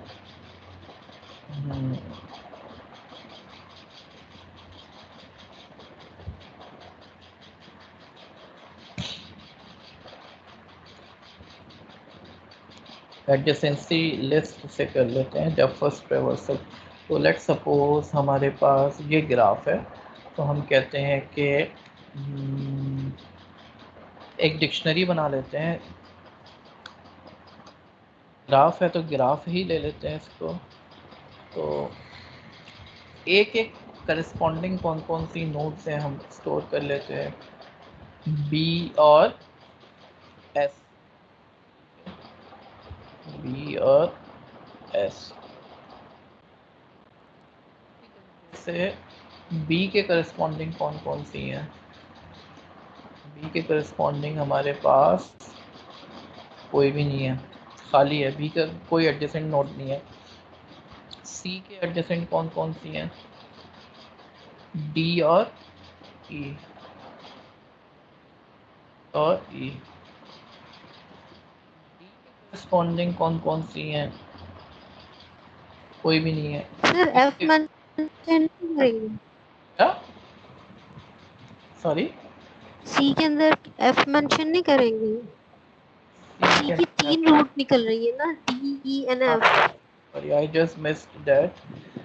ई के अंदर जो है कोई भी नहीं है, ठीक है। और एफ की जी है मेरा ख्याल है, ठीक है। जी जी से कनेक्ट है। और एस के अंदर सी आ रहा है, एस जो है, ये जी देख लेते हैं, जी के अंदर तो कोई भी नहीं है ना, खाली है। एच, एच के करस्पॉन्डिंग कौन कौन सी हैं? अच्छा, एच की ई है, तो मैं इसको ज़रा इग्नोर कर रहा हूँ अभी मैं, क्योंकि मैं चाह रहा हूँ कि ये लूप ना क्रिएट हो, लूप क्रिएट हो जाएगा ना वरना, तो इस वजह से मैं अगर इसको छोड़ दूँ तो ये ट्री बन जाएगा।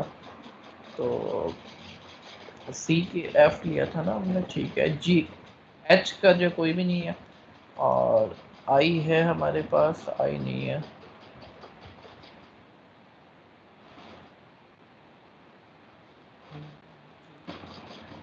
सी का एफ ले लिया,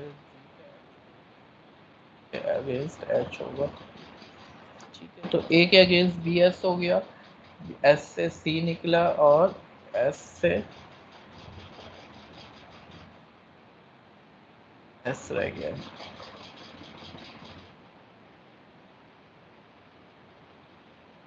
एस से जो है जी निकलेगा,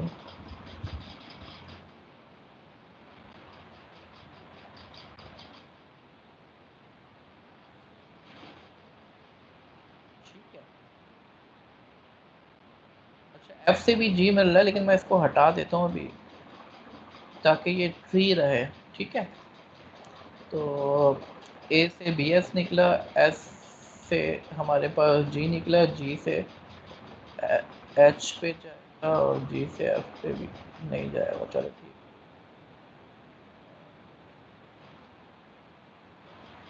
है। एस से सी पे भी जाएगा, एस से सी पे भी जाएगा, सी से एफ पे चला जाएगा और सी से डी पे चला जाएगा, एफ पे गया और एफ,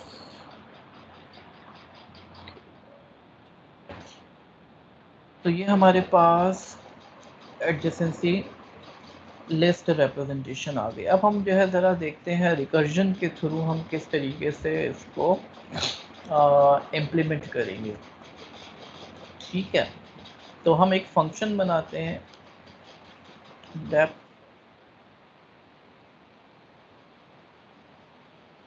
ठीक है। इसको हम ग्राफ देंगे और एक नोड देंगे।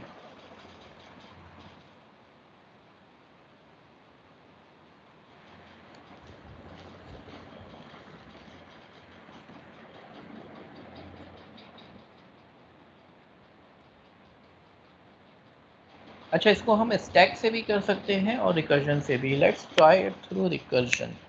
रिकर्जन के थ्रू हम किस तरीके से इसको इम्प्लीमेंट कर सकते हैं। तो हम क्या करेंगे, हम नोट को प्रिंट करा देंगे और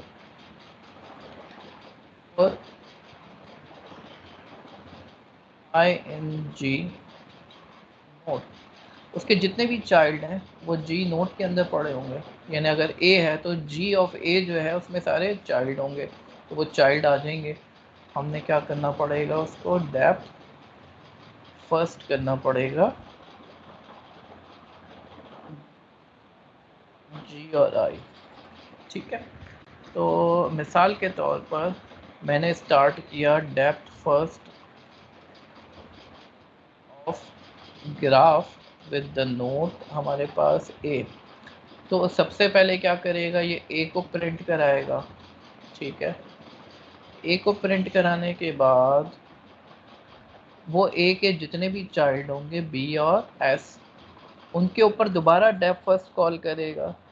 जब बी पे कॉल करेगा तो बी के जितने भी चाइल्ड होंगे वो चल जाएंगे। जब एस पे कॉल करेगा तो एस के चाइल्ड चलेंगे। एस के चाइल्ड को जब चलाने जाएगा तो एस के चाइल्ड भी चल जाएंगे। फिर उसको चलाते हैं, अगर देखते हैं हम डेप्थ, तो ये हमारे पास A B S C D E F G H इस तरतीब में ये प्रिंट हुए, ठीक है स्टूडेंट्स। तो that is how depth first work, right. तो क्या हो रहा है, डेप्थ फर्स्ट जो है, पहले जिस नोट को उसने रूट नोट थी उसको प्रिंट कराया, उसके अगेंस्ट जितने भी रूट के चाइल्ड थे उन पे 1 बाय 1 जो है डेप्थ फर्स्ट कॉल करेगा। अब जब ए के पहले चाइल्ड पे डेप्थ फर्स्ट कॉल करेगा तो उसका जो भी पहला चाइल्ड होगा उसके फर्दर चाइल्ड पे डेप्थ फर्स्ट कॉल हो जाएगा, और जब उसके चाइल्ड पे डेप्थ फर्स्ट कॉल होगा तो उसके अंदर जो चाइल्ड होंगे उस पर भी डेप्थ फर्स्ट कॉल होगा। जब ये डेप्थ फर्स्ट कंप्लीट होगा तो उसके बराबर वाली नोड पे जाएगा वो, जब वो कंप्लीट हो जाएगा उसके बराबर वाली नोड पे जाएगा। तो ये एक पूरा जो रिकर्सिव प्रोसेस है, जो बैक ट्रैकिंग होगी कि एक नोड के चाइल्ड के चाइल्ड के चाइल्ड को जब तक के ट्रैवर्स नहीं करेगा वो आगे नहीं बढ़ेगा।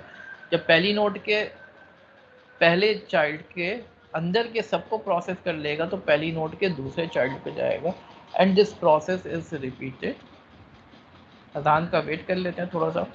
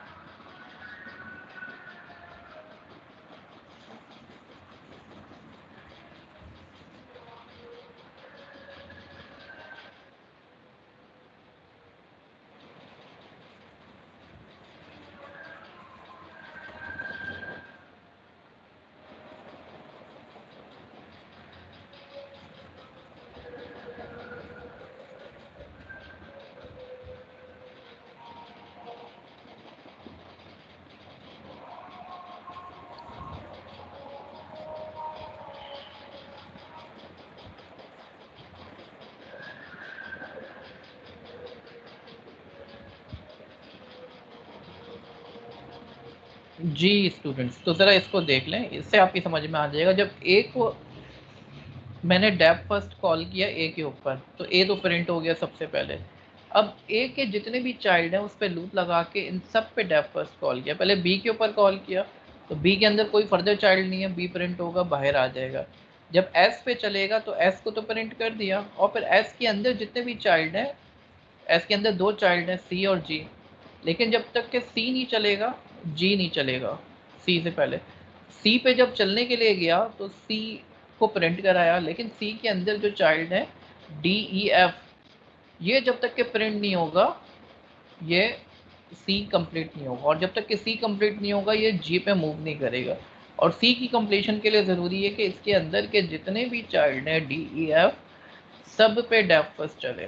तो डी ई एफ पे चलेगा, फिर एस सी से वापस आएगा, और जब सी से वापस आएगा तो एस के दूसरे चाइल्ड पे जाएगा जी पे और फिर एच पे। तो ये यहाँ पे जी और एच प्रिंट करा दिया। अच्छा, मैंने जो है कुछ लिंक्स को जो है ओमिट किया था, जैसे एफ और जी का जो लिंक है मैंने ये ओमिट कर दिया था ताकि ये क्या रहे, फ्री रहे, ये ग्राफ ना रहे, क्योंकि हमने ग्राफ पढ़ा नहीं है अभी। वरना अगर ग्राफ बना लिया तो फिर भी कर सकते हैं आप उसके थ्रू, ठीक है। और इसी तरीके से मैंने ई और एच के लिंक को भी मैंने ओमिट कर दिया था, ठीक है। ये 2 लिंक मैंने ओमिट किए थे, एफ और जी का लिंक ओमिट किया है और ई और एच का लिंक ओमिट किया मैंने यहाँ पे, ठीक है ना। ई और एच का लिंक यहाँ पे नहीं है, ठीक है। इसी तरीके से एफ और जी का लिंक नहीं है, मैंने ये 2 लिंक ओमिट किया मैंने ताकि ये ट्री रहे। तो ये इस तरीके से भी कर सकते हैं। इसके अलावा जो है मैंने आपको तरीका बताया, आप जो है नेस्टेड लिस्ट के थ्रू भी जो है ग्राफ को रिप्रेजेंट कर सकते हैं, और नेस्टेड डिक्शनरी के थ्रू। तो ये 2 आपके टास्क हैं। Can you represent ring nested list, और दूसरा टास्क है can you represent a tree using nested dictionary। तो ये 2 टास्क हैं that you have to do yourself। अगर नहीं हो तो you can ask me, I will explain, ठीक है my dear students। तरीके और हैं, 2 तरीके हम जो है रिकर्जन के ज़रिए जो है 2 मज़ीद टास्क को सॉल्व करने की कोशिश करते हैं। सम ऑफ फर्स्ट 100 इंटीजर्स, तो सम ऑफ फर्स्ट 100 इंटीजर्स कैसे निकाल सकते हैं हम रिकर्जन के थ्रू। तो इसकी पहले हम रिकर्सिव डेफिनेशन देख लेते हैं। अगर हम किसी भी चीज़ की रिकर्सिव डेफिनेशन लिख लें ना, तो हम जो है रिकर्जन इम्प्लीमेंट करना बड़ा आसान है। तो सम निकालना है हमने 1 से लेके 100 तक, ठीक है। तो ये किसके बराबर होगा?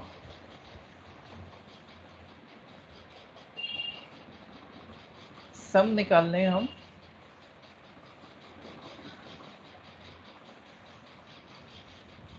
2 से लेके 100 तक, ठीक है।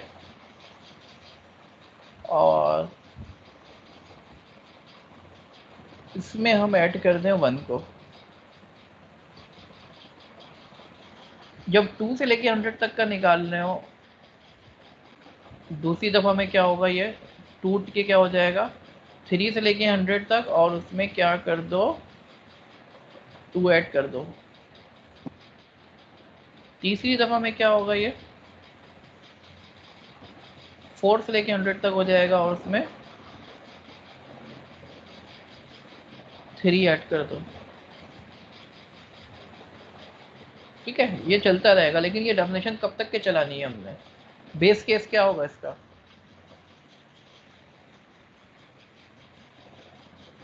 जी स्टूडेंट्स, इसका बेस केस क्या होगा? When I become 0. हम जो है 1 से जा रहे हैं ना, 1 2 3 4 5 6 7 8 9, तो 100 पे रोकना पड़ेगा हमें, ठीक है। अच्छा, गिव मी 5 मिनट्स।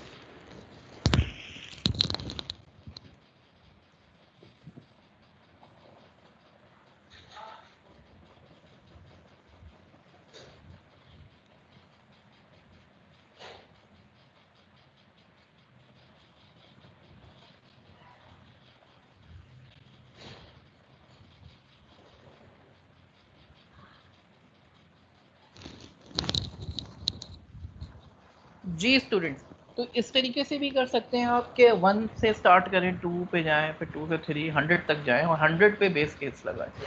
और आपकी बात सही है, हम इसको रिवर्स में कर लें तो 1 पे हम स्टॉप कर सकते हैं या 0 पे स्टॉप कर सकते हैं, ठीक है। तो उस तरह कर लेते हैं, चलें जिस तरीके से आप कह रही हैं।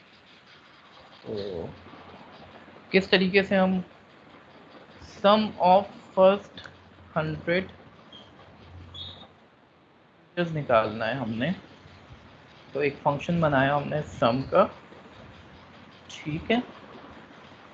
तो मिसाल के तौर पर उसको जो भी नंबर मिल रहा है तो वो रिटर्न कर रहा है, उस नंबर को ऐड कर रहा है उस नंबर से जो छोटे नंबर हैं उनके सम के साथ, ठीक है।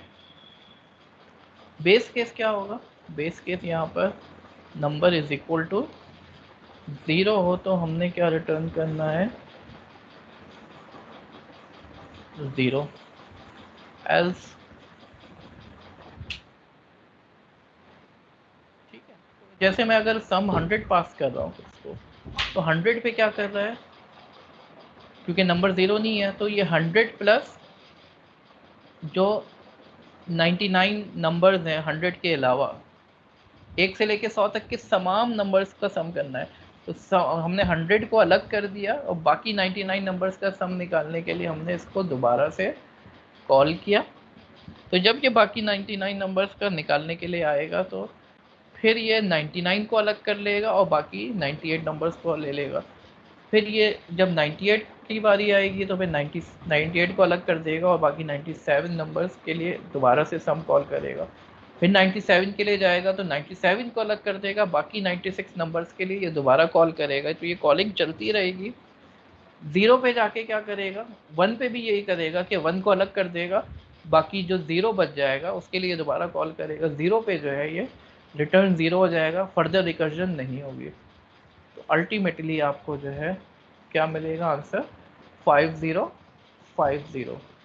तो ये लूप को हमने किस तरीके से, लूप को रिप्लेस करके हमने रिकर्जन के थ्रू इसको सॉल्व किया, आइटरेटिव केस को रिकर्सिव केस में कन्वर्ट कर दिया। प्रोडक्ट का बिल्कुल ऐसे ही बनेगा, product of 100 numbers, product of first 100 numbers या इंटीजर्स, ठीक है, पॉजिटिव इंटीजर्स।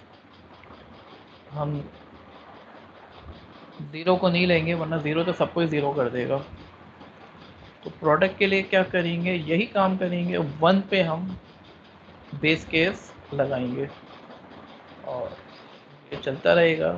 100 का नंबर्स का जो है हमें मल्टीपल निकालना, तो 100 को अलग कर देंगे और बाकी जो 99 नंबर्स हैं उनका मल्टीपल निकाल के हम क्या करेंगे, 100 के साथ मल्टीप्लाई कर देंगे। तो 99 पे फिर कॉल होगा ये, फिर 97 पे, 98 पे, 97 पे, 96 पे and so on.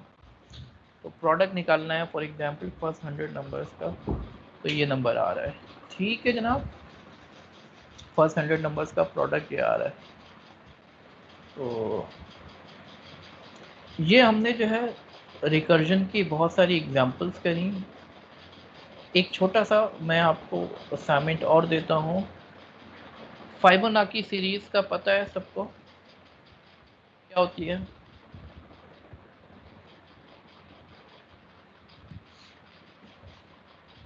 Ji students, किसी को पता है फाइबोनाची सीरीज क्या होती है?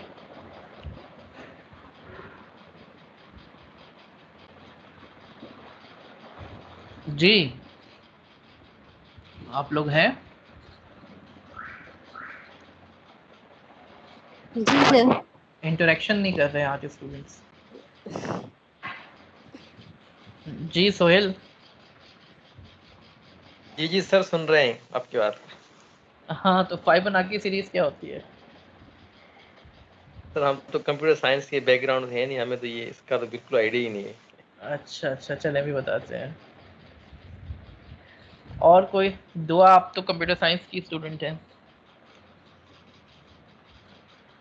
यस सर, 1 होता है, फिर 1 होता है, फिर 1 जाता है, इस तरीके से चलती हाँ रहती है सीरीज। बिल्कुल, देखें ये होती है, शुरू के 2 नंबर जो है, आप 2 नंबर कोई से भी ले लें, 1 और 1 ले लिया, ठीक है,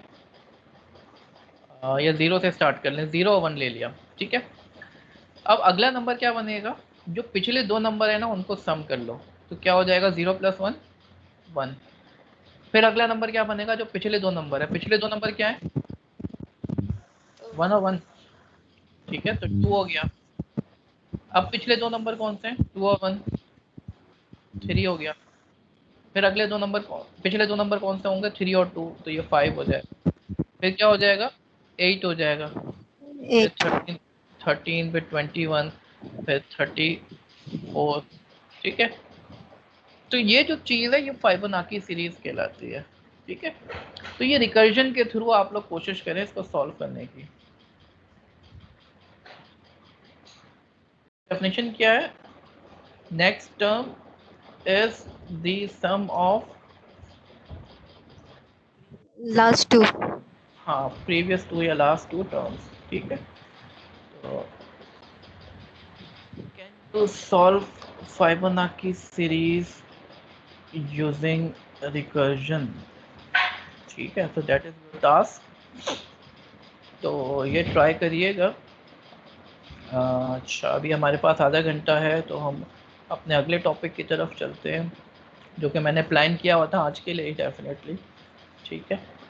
तो सॉर्टिंग एल्गोरिथम, सॉर्टिंग पता है आप लोगों को क्या होती है सॉर्टिंग? जी students, what is sorting? Sorting तो पता है ना, सॉर्ट करते हैं नंबर्स को अमूमन हम लोग, ये सब चीजें। जी बताइए। सॉर्टिंग तो बिल्कुल कॉमन सी टर्म है। सर चीजों को अरेंज करना। हाँ, नंबर्स को तरतीब में लाना, किसी भी तरतीब में, असेंडिंग ऑर्डर या डिसेंडिंग ऑर्डर, ठीक है। तो अब यहाँ पे एक टर्म होती है सूडो कोड। सूडो कोड समझते हैं क्या होता है? सूडो कोड का मतलब है जब भी हम प्रोग्रामिंग कर रहे होते हैं ना, तो डायरेक्ट आप कंप्यूटर पे काम करने नहीं बैठ जाते, बल्कि आप क्या करते हैं,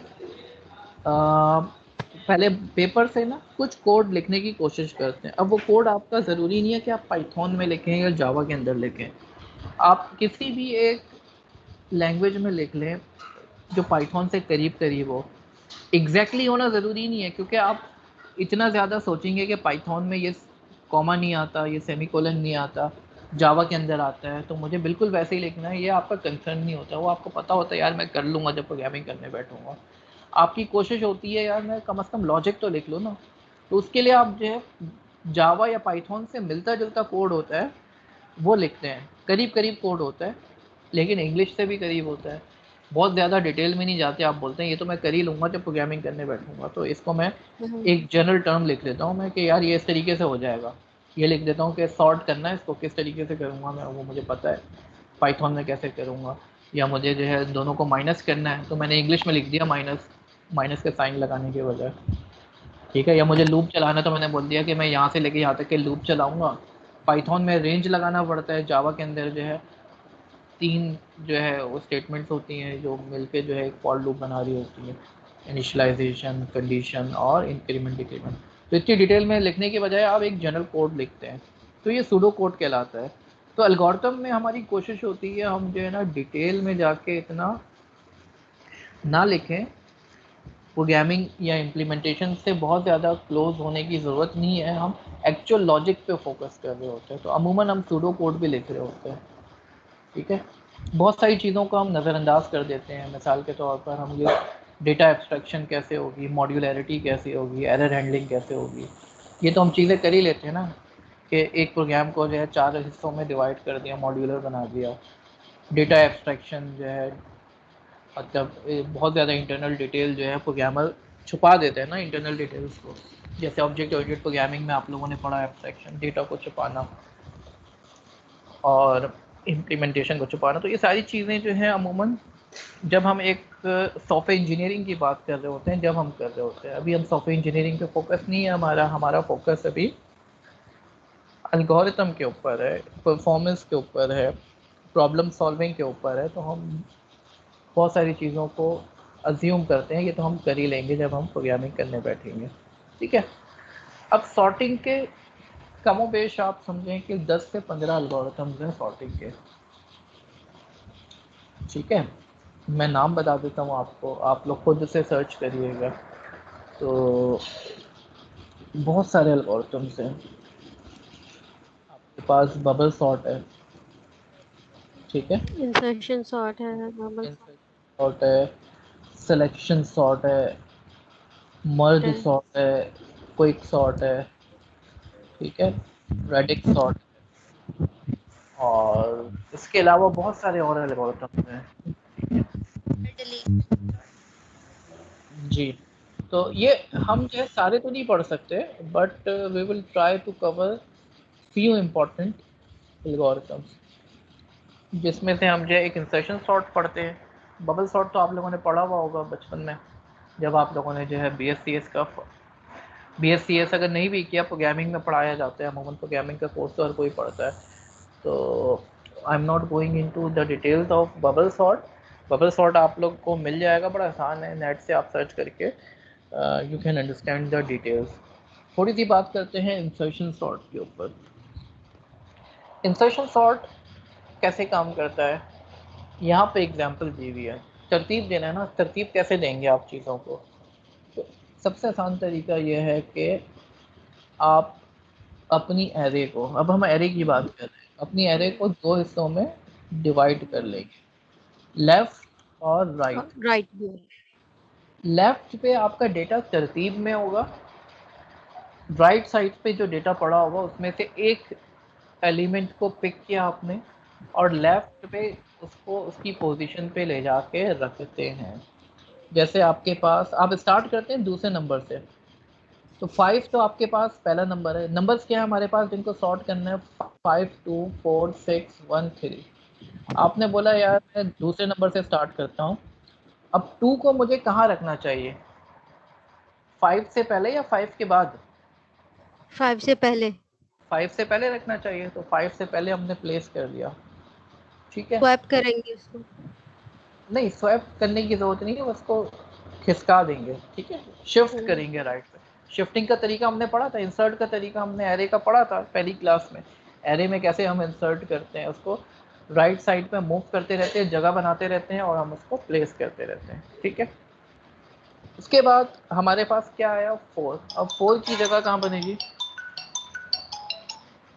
4 को हम कहाँ प्लेस करें, 2, हम क्या 1 बाय 1 चलेंगे ना रिवर्स में। 5, 5 से ऑब्वियसली 5 जो है हमारे 5 से पहले जाएगा ये। फिर 2 पे हम देखेंगे, 2 के बाद आना चाहिए, तो 2 और 5 के बीच में जगह बन रही है, तो हम क्या करेंगे 2 और 5 के बीच में इसको प्लेस कर देंगे। अब देखें हमारे पास लेफ्ट पे क्या बन गया, 2, 4 और 5। अब 6 की जगह बनाने की कोशिश करते हैं, तो 6 को हमें जो है इसको मूव करने की ज़रूरत नहीं है, 6 तो अपनी पोजीशन पे है। अब 1 को क्या करेंगे हम, 1 को खिसकाने की ज़रूरत है हमें, तो 1 को हम कहाँ लेके जाएंगे, 1 को 6 से पहले, 5 से पहले, 4 से पहले, 2 से पहले, 1 से पहले। तो ये जो जितने भी नंबर है 6 को खिसकाएंगे, 6 को खिसका के हम क्या करेंगे 1 पे ले आएंगे, 5 को खिसका के 6 पे, 4 को खिसका के 5 की पोजीशन पे, 2 को खिसका के 4 की पोजीशन पर, और यहाँ पर 1 रह जाएगा। ठीक है, फिर 3 को इसी तरीके से हम देखते हैं हम कहाँ पे प्लेस करेंगे, तो 2 और 4 के बीच में प्लेस करेंगे। जब ये सारे स्टेप्स हो जाएंगे तो हमारा एरे क्या हो जाएगा, सॉर्ट हो जाएगा। तो एक एक करके एलिमेंट को पिक करना है और उसको एरे में इंसर्ट करना है। ठीक है स्टूडेंट्स, समझ में आया इंसर्शन सॉर्ट कैसे काम करता है? जी स्टूडेंट्स, क्लियर है इंसर्शन सॉर्ट कैसे काम करता है? जी जनाब।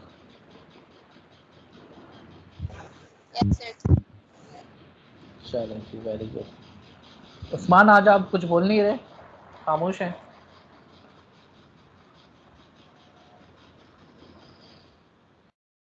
अच्छा जी, तो इसका कोड ये रहा। हमने क्या करना है, अब ये देखें सूडो कोड लिखा हुआ है, ये किसी प्रोग्रामिंग लैंग्वेज का कोड नहीं है। अभी हम इसको पाइथन में करेंगे इम्प्लीमेंट। तो सेकंड पोजीशन से स्टार्ट करना है हमने और एरे के आखिर तक जाना है हमने। ठीक है, और हमने क्या करना है, सेकंड एलिमेंट को पिक किया और एरे के जो लेफ्ट पे हमारे पास जगह बची हुई है उसमें हमने ढूंढना है इसको कहाँ पे प्लेस करें। ठीक है, या तो हम बिल्कुल शुरू में पहुंच जाएं या हमें कोई ऐसी एलिमेंट मिल जाए जो कि हमारी की से बड़ा हो, तो हमने जो कि हमारी की से बड़ा हो तो हमने चलने देना है। की से छोटा मिलेगा तो हमने स्टॉप कर देना है। और क्या करना है, हमने एक एक करके इसको राइट साइड पे शिफ्ट करते जाना है। तो ये शिफ्टिंग का कोड है। आखिर में हम जो है हमारे एलिमेंट को प्लेस कर देंगे तो ये हमारा इंसर्शन सॉर्ट कंप्लीट हो जाएगा। तो इसको जरा इम्प्लीमेंट करते हैं हम। चले, ओके माइक नहीं है उस्मान के पास। इंसर्शन सॉर्ट देखते हैं हम। तो कुछ एलिमेंट्स हैं हमारे पास लिस्ट के अंदर, 1 9 7 2 4 -3 6। ठीक है, तो हमने क्या करना है, कहाँ से कहाँ तक के जाना है, फॉर आई इन लिस्ट को मैं डेटा कह दूँ अगर तो ज़्यादा बेहतर है। और हमने 1 से लेके आखिर तक जाना है। ठीक है, सेकंड से स्टार्ट करना है हमने ना। चलिए, तो हमारे पास की क्या हो गई, आई। ठीक है, और वाइल हमारे पास जो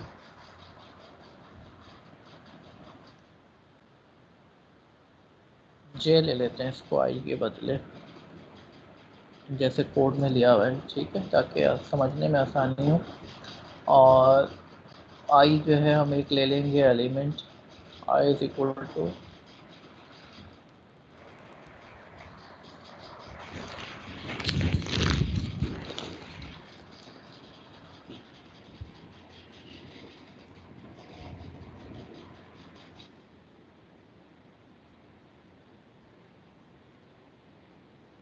वन से लेके हम कहाँ तक के जाएंगे, 1 2 3 4 5 6 7, 7 तक जाएंगे, ठीक है।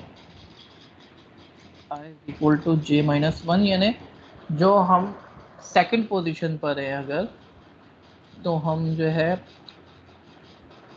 पहली पोजीशन पे देखेंगे। अगर थर्ड पोजीशन पर है तो दूसरी से स्टार्ट करेंगे और पहली तक जाएंगे। अगर चौथी पोजीशन पर है तो तीसरी, दूसरी, पहली सबको चेक करेंगे, ठीक है। तो इस तरीके से हम चेक करते रहेंगे। While I is greater than 0 and की इज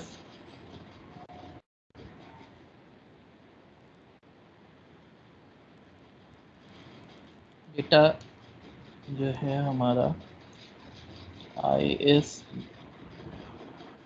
ग्रेटर देन की, ठीक है, ए कह लें या डेटा कह लें, इसको हमने जो है शिफ्ट करते जाना है। तो A I data I plus 1 is equal to data I, और एक एक करके हमने जो है चेक करना है, एक एक करके उसको खिसकाते जाना है, जब तक कि हम, हो सकता है कि एक ऐसा डेटा मिल जाए जो कि हमारी की से छोटा हो, तो हम मज़ीद पीछे नहीं जाएंगे, फिर मज़ीद लेफ़्ट पे नहीं जाएंगे। एक ऐसा डेटा मिल गया जो कि हमारी की से छोटा है, तो हमारी की बड़ी है, तो हम और पीछे जाएंगे तो हमें और छोटे नंबर मिलेंगे, हमें तो रुक जाना है। हमारी पोजीशन मिल गई हमें कि हमारे राइट पे बड़े नंबर्स हैं, लेफ़्ट पे छोटे नंबर्स हैं, हम उस पोजीशन पे पहुंच गए हैं। अगर हम और लेफ़्ट पे जाएंगे तो हमें छोटे नंबर्स मज़ीद मिलेंगे, ठीक है। तो यहाँ पे हम स्टॉप कर जाएंगे और उसके बाद जो है ए आई प्लस 1 इज इक्वल टू की, चलिए डेटा है ना,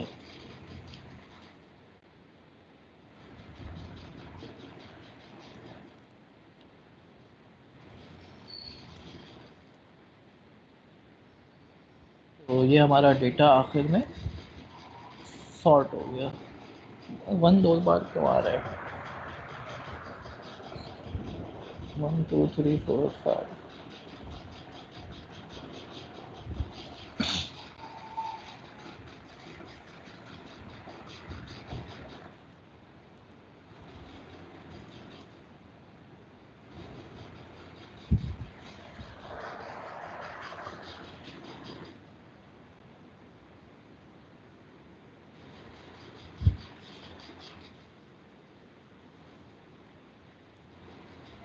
ओहो डेटा जी।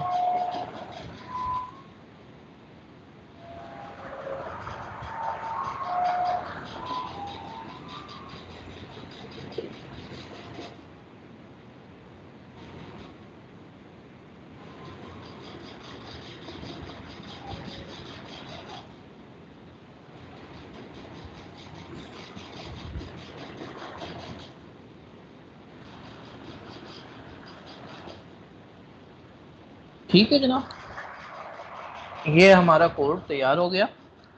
तो लॉजिक, असल में मसला ये था कि जो अल्गोरिथम्स है ना, हमारे अल्गोरिथम के अंदर हम जो है एरे को 1 बेस लेते हैं, यानी 1 से स्टार्ट होता है, 1 2 3 4, जबकि प्रोग्रामिंग के अंदर 0 से स्टार्ट होता है, तो हमें ये ग्रेटर देन इक्वल टू 0 करना पड़ेगा, ठीक है। तो ये हमारा जो है इंसर्शन सॉर्ट का अल्गोरिथम है। Insertion sort, it is not a very good algorithm, ठीक है। इसकी एनालिसिस करें अगर, अच्छा यहाँ पे हमने इंक्रीमेंटल अप्रोच इस्तेमाल की है। अल्गोरिथम डिज़ाइन करने के कई तरीके होते हैं, अभी हम डिवाइड एंड कॉन्कर अप्रोच पढ़ेंगे। हम इंक्रीमेंट में, यानी छोटे छोटे स्टेप्स में, पहले हम जो है क्या कर रहे हैं, लेफ़्ट साइड पे जो हमारी लिस्ट है वो एक साइज की है जो कि सॉर्टेड है, फिर एक से बढ़ा के 2 कर दिया जो कि सॉर्टेड है, 2 से 3 हुआ जो कि तरतीब में है, 3 से 4 हुआ जो कि तरतीब में है। अभी हम डिवाइड एंड कॉन्कर करेंगे जब हम अपनी लिस्ट को छोटे छोटे टुकड़ों में डिवाइड करेंगे और फिर उसको मर्ज करेंगे, छोटे टुकड़ों को मर्ज करके बड़ा टुकड़ा बनाएंगे। जबकि यहाँ पे क्या कर रहे हैं हम, एक छोटा टुकड़ा है उसको ग्रो कर रहे हैं आहिस्ता आहिस्ता ना, जबकि वहाँ पे क्या करेंगे, छोटे टुकड़ों को मर्ज करके एक बड़ा टुकड़ा बनाएंगे डिवाइड एंड कॉन्कर के अंदर। ठीक है, अब इसकी एनालिसिस थोड़ी सी कर लेते हैं। आगे आ रहा है एनालिसिस जो है, आपको क्या लगता है कि इसकी कॉम्प्लेक्सिटी क्या होगी? इसके अंदर 2 लूप्स हैं ना, ठीक है, ये लूप कितनी बार चलेगा? ऊपर वाला लूप कितनी बार चलेगा? ये तो चलेगा कम से कम जितना डेटा है उससे एक कम बार चलेगा, यानी 2 से स्टार्ट करेंगे और आखिर तक जाएंगे हम। ठीक है, राइट स्टूडेंट्स? यानी ये जो है एटलीस्ट 6। हाँ 6 तो चले, अभी हमारे पास 7 डेटा है तो 6 दफ़ा चल रहा है, 7 नंबर्स हैं। अगर 1000 नंबर होंगे तो 999 दफ़ा चलेगा, यानी n-1 टाइम्स। ठीक है, अच्छा हमारे लिए ज़्यादा इम्पोर्टेंट है ना लूप होता है या फंक्शन कॉलिंग होती है? हमारे लिए जो है ये इम्पोर्टेंट नहीं होता है, जैसे असाइनमेंट है छोटा सा, ये नंबर असाइन हो रहे हैं, ये इतना इम्पोर्टेंट नहीं है। असल हमारे लिए इम्पोर्टेंट होता है ये जो लूप कितनी दफ़ा चल रहा है, या अगर रिकर्जन हो रही है जो हमने पढ़ा आज, तो रिकर्जन कितनी दफ़ा हो रही है, वो भी आइट्रेशन की तरह ही होती है ना। अब ये कितनी दफ़ा चलेगा, ये जो ये पहली अगर जो है जे की वैल्यू 2 है, ये कितनी दफ़ा चला? एक दफ़ा चला है ना, एक ही नंबर था पीछे देखने के लिए। जब आप तीसरे नंबर को अगर देख रहे हो लेफ़्ट पे तो 2 दफ़ा, चौथे पे हो तो कितनी दफ़ा देखेगा? 3 दफ़ा, पाँचवें पे हो तो 4 दफ़ा। यानी ये अंदर वाला लूप कितनी दफ़ा चलेगा? 2 दफ़ा, 3 दफ़ा, 4 दफ़ा, 5 दफ़ा, 6 दफ़ा, ऐसे ही चलेगा। राइट स्टूडेंट्स, मेरी बात समझ में आ रही है आप लोगों के?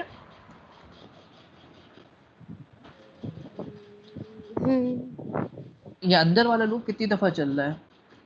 अंदर वाला लूप जो है अगर 2 नंबर्स हैं तो एक दफ़ा जो है, क्योंकि नंबर्स उल्टे हाथ पे अगर हमारे पास एक नंबर है तो हमें एक ही दफ़ा चेक करना होगा कि ये उस नंबर से पहले आएगा या बाद में आएगा। लेकिन जैसे जैसे नंबर बढ़ते जाएंगे तो हमारी जो लूप है वो ज़्यादा बार चलना शुरू होगा। यानी हो सकता है 2 नंबर है तो दोनों को चेक करना पड़ेगा, हो सकता है तीनों को चेक करना पड़े 3 नंबर हो तो। लेकिन इसमें एक बेस्ट केस भी है, हो सकता है हमें चेक ही ना करना पड़े, क्योंकि हम तो जब चेक करने के लिए जा रहे हैं, जैसे 4 और 5 को चेक करना है तो हमें पता है 4 और 5 में 4 छोटा है, तो हमने यहाँ पे प्लेस कर दिया 2 के बाद, हमने 2 से चेक करना ही नहीं है। जैसे यहाँ पर 6 पे देखें ना, 6 को चेक करना है, 5 से चेक करा हमने, 5 पे ही हमें पता चल गया, हमें और पीछे जाने की ज़रूरत ही नहीं है। ये बेस्ट केस में समझ रहे हैं आप बात को? 6 को 5 से कंपेयर किया, पता है 6 बड़ा है, तो हमें 4 से कंपेयर करने की ज़रूरत ही नहीं है, क्योंकि हम उल्टे हाथ पे मज़ीद जाएंगे तो हमें और छोटे नंबर मिलेंगे, है ना, क्योंकि 6 से एक छोटा नंबर हमें मिल गया। अब हम और लेफ्ट पे जाने की ज़रूरत ही नहीं है, क्योंकि हमें पता है कि अब मज़ीद छोटे नंबर मिलेंगे। तो इंसर्शन सॉर्ट का एक बेस्ट केस है जब अंदर वाला लूप जो है वो सिर्फ एक दफ़ा चलता है, या एक दफ़ा भी नहीं चलता, आपने समझे? ठीक है, इंसर्शन सॉर्ट के बेस्ट केस में अंदर वाला लूप जो है वो एक कांस्टेंट टाइम चलेगा, ठीक है, जबकि बाहर वाला लूप तो n-1 टाइम चलेगा। तो इसकी बेस्ट केस कॉम्प्लेक्सिटी क्या होगी? Order of n। क्या होगी इसकी best case complexity insertion sort की? पॉलिनोमियल n टाइम्स चलेगा बेस्ट केस। और वर्स्ट केस में क्या होगा? लेफ्ट पे जितने हैं सबको चेक करना पड़ जाए इसको, यानी जब शुरू में तो एक दफ़ा चेक करेगा, दूसरी दफ़ा में 2 दफ़ा चेक करेगा, तीसरी दफ़ा में 3 दफ़ा, चौथी दफ़ा में 4 दफ़ा, यानी अंदर वाला लूप एवरेज कितनी दफ़ा चला? n/2 टाइम्स चला तकरीबन, ठीक है, एवरेज आधा हो गया ना एक तरीके से। और ये वाला लूप कितनी दफ़ा चला, n-1 या n ले लें तकरीबन। तो ये अंदर है लूप, लूप के अंदर जब लूप होता है तो ये मल्टीप्लाई हो जाते हैं। तो क्या कॉम्प्लेक्सिटी हो गई, n इंटू n/2 या n² कह लें, ठीक है। कांस्टेंट की कोई वैल्यू नहीं होती है, तो n² है एक्चुअली ये, n इंटू n/2 मल्टीप्लाई होगा तो n²/2। लेकिन जब कांस्टेंट जो होता है, जो मल्टीप्लाई हो रहा है या डिवाइड हो रहा है या प्लस हो रहा है माइनस हो रहा है, उसकी इतनी वैल्यू नहीं होती। तो वर्स्ट केस में क्या कॉम्प्लेक्सिटी होगी इंसर्शन सॉर्ट की, n²। राइट स्टूडेंट्स, बात समझ में आई, इंसर्शन सॉर्ट की कॉम्प्लेक्सिटी समझ में आई। वर्स्ट केस में क्या हुई और बेस्ट केस में क्या हुई। वर्स्ट केस यानी इंतहाई बुरा हो जाए हमारे साथ, ठीक है। बेस्ट केस तो यही है ना कि हमारा एरे पहले से सॉर्ट है, एरे सॉर्ट है, तो हम जो जब इसको पीछे चेक करेंगे तो हमें जो है ज़्यादा पीछे जाके चेक करने की ज़रूरत ही नहीं है, पहली दफ़ा में जो है उसको सही मिल रहा होगा। जैसे 6 को 5 से कंपेयर कर रहे हैं तो यहीं पर स्टॉप कर दे रहे हैं, 6 को 4 से कंपेयर करने की ज़रूरत नहीं है, 6 को 2 से। हमारा एरे सॉर्टेड है, ये बेस्ट केस है। तो जो सेकंड वाला लूप है वो तो चल ही नहीं रहा, तो n ऑर्डर ऑफ n है। और वर्स्ट केस में क्या है, हमारा एरे जो है उल्टा है, रिवर्स ऑर्डर में सॉर्टेड है, ठीक है। तो हमें हर बार चेक करना पड़ रहा है, अंदर जाके इसको पूरा डिटेल में चेक करना पड़ रहा है और उसको सीधा करना पड़ रहा है, तो ये n² बन जा रही है। राइट स्टूडेंट्स, मेरी बात समझ में आ रही है आप लोगों के। तो इंसर्शन सॉर्ट की कॉम्प्लेक्सिटी जो है बेस्ट केस में क्या होती है, order of n, worst case में ऑर्डर ऑफ n²। ठीक है, बात समझ में आ रही है, क्लियर है जी स्टूडेंट्स, मेरी बात क्लियर है आप लोगों को।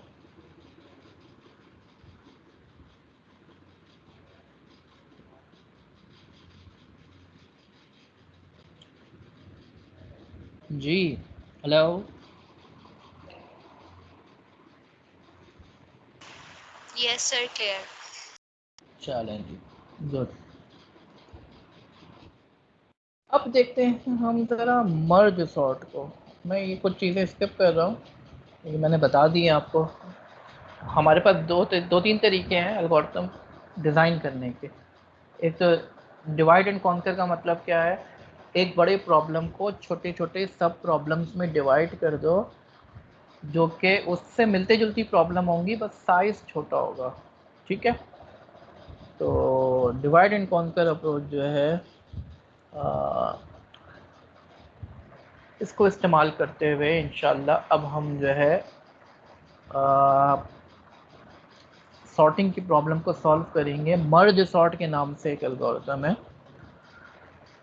तो डिवाइड एंड कॉन्कर के जो अप्रोचेस, जो स्टेप्स हैं इस अप्रोच के, पहले प्रॉब्लम को डिवाइड करना छोटी प्रॉब्लम में, छोटी प्रॉब्लम को सॉल्व करना, फिर छोटी प्रॉब्लम को कंबाइन करके बड़ी प्रॉब्लम को सॉल्व करना। तो अप्रोच यही होनी चाहिए हमारी किसी भी प्रॉब्लम को सॉल्व करने की, कि बड़ी प्रॉब्लम को छोटी प्रॉब्लम में डिवाइड करें और फिर उसको छोटी प्रॉब्लम सॉल्व करेंगे तो बड़ी प्रॉब्लम भी सॉल्व हो जाएगी। लेकिन यहाँ पे इस बात को मद्देनज़र रखें, जो हम बड़ी प्रॉब्लम को छोटी प्रॉब्लम में डिवाइड कर रहे हैं, जो हमारी छोटी प्रॉब्लम है वो बड़ी प्रॉब्लम की तरह ही है, नेचर वही है, बस उसका साइज़ छोटा है, ठीक है। नेचर वही है, साइज़ छोटा है। तो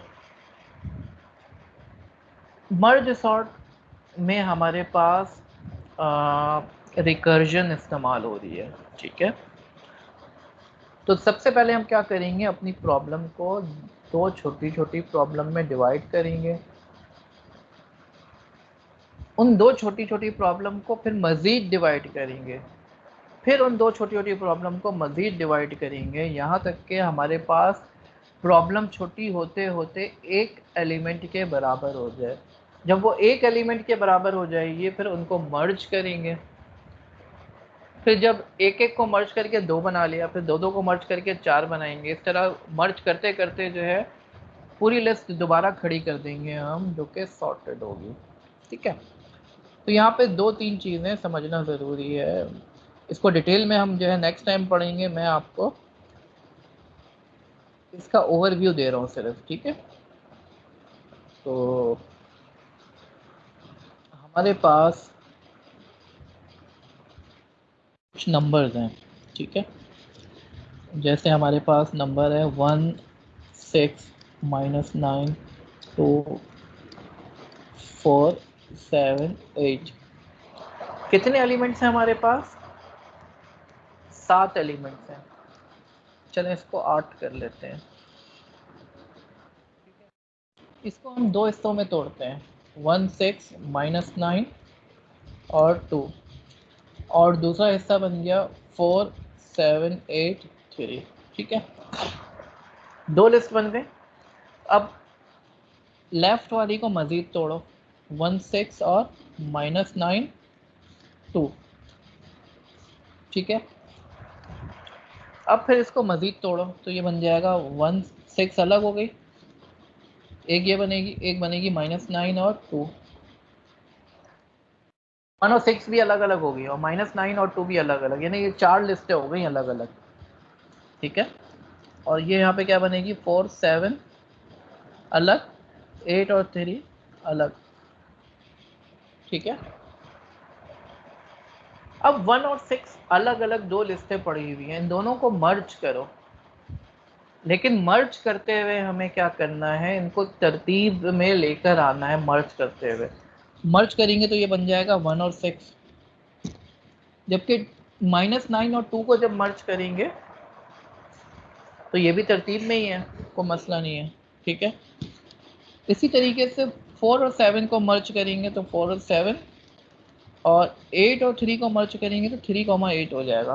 ठीक है, यहाँ पे फ़र्क आएगा जब इन दोनों को मर्ज करेंगे।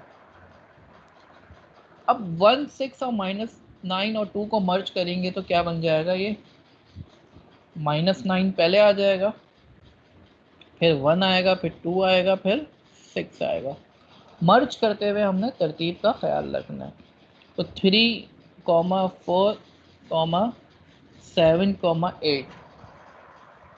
राइट स्टूडेंट्स, अब ये 2 लिस्टें हैं, इन दोनों को मर्ज करो तो क्या होगा मर्ज होते हुए, -9 1 2 3 4 6 7 8। राइट, ये हमारी फाइनल सॉर्टिंग कंप्लीट हो गई। यानी तोड़ते जाओ तोड़ते जाओ तोड़ते जाओ, और फिर जब एक एक रह जाए तो फिर मर्ज करना शुरू करो, और मर्ज करते हुए तरतीब में लेकर आओ। राइट स्टूडेंट्स, मेरी बात समझ में आ रही है आप लोगों के? Yes sir. चलिए, वेरी गुड। अब आप लोगों का टास्क क्या है, आप लोगों ने जो है मर्ज करना है task, merge two sorted list such that the final list is sorted.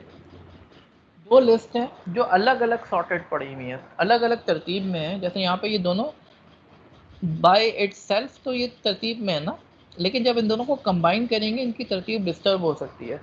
तो जब इन दोनों को जोड़ रहे होंगे तो उस वक्त तरतीब मैनेज करनी है।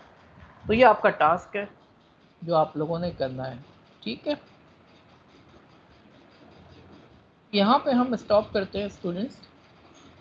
तो हमने आज काफ़ी पढ़ लिया अल्हम्दुलिल्लाह। ठीक है, तो आई होप कि आपको चीज़ें समझ में आई होंगी स्टूडेंट्स। ठीक है, अच्छा, एक क्लास हमारी जो है Q2 की जो है रह गई थी, जो हमने नो एसक्यूएल डेटाबेसेस पढ़ना था। वो रमज़ान में जो है रह गई थी एक क्लास, तो वो मैं चाह रहा हूँ फ्राइडे को कंडक्ट करना। ठीक है, 2 घंटे की क्लास। तो आप लोग जो है अगर एग्री करते हैं तो हम फ्राइडे को 7 से 9, यानी आफ्टर मगरिब प्रेयर्स 7:30 से 9:30। ठीक है, कोई इशू तो नहीं है आप लोगों को? ठीक है सर। ठीक है, तो हम जो है इंशाल्लाह नो एसक्यूएल डेटाबेसेस और थोड़ा सा डेटाबेस के कॉन्सेप्ट्स रह गए थे, तो वो कंप्लीट करके फिर इंशाल्लाह आप लोगों का Q2 का एग्ज़ाम हो जाएगा MCQs बेस्ड। ठीक है, thank you very much students. इंशाल्लाह फिर कल मुलाकात होगी टेंसर फ्लो के कोर्स में। ओके जी, अल्लाह हाफ़िज़।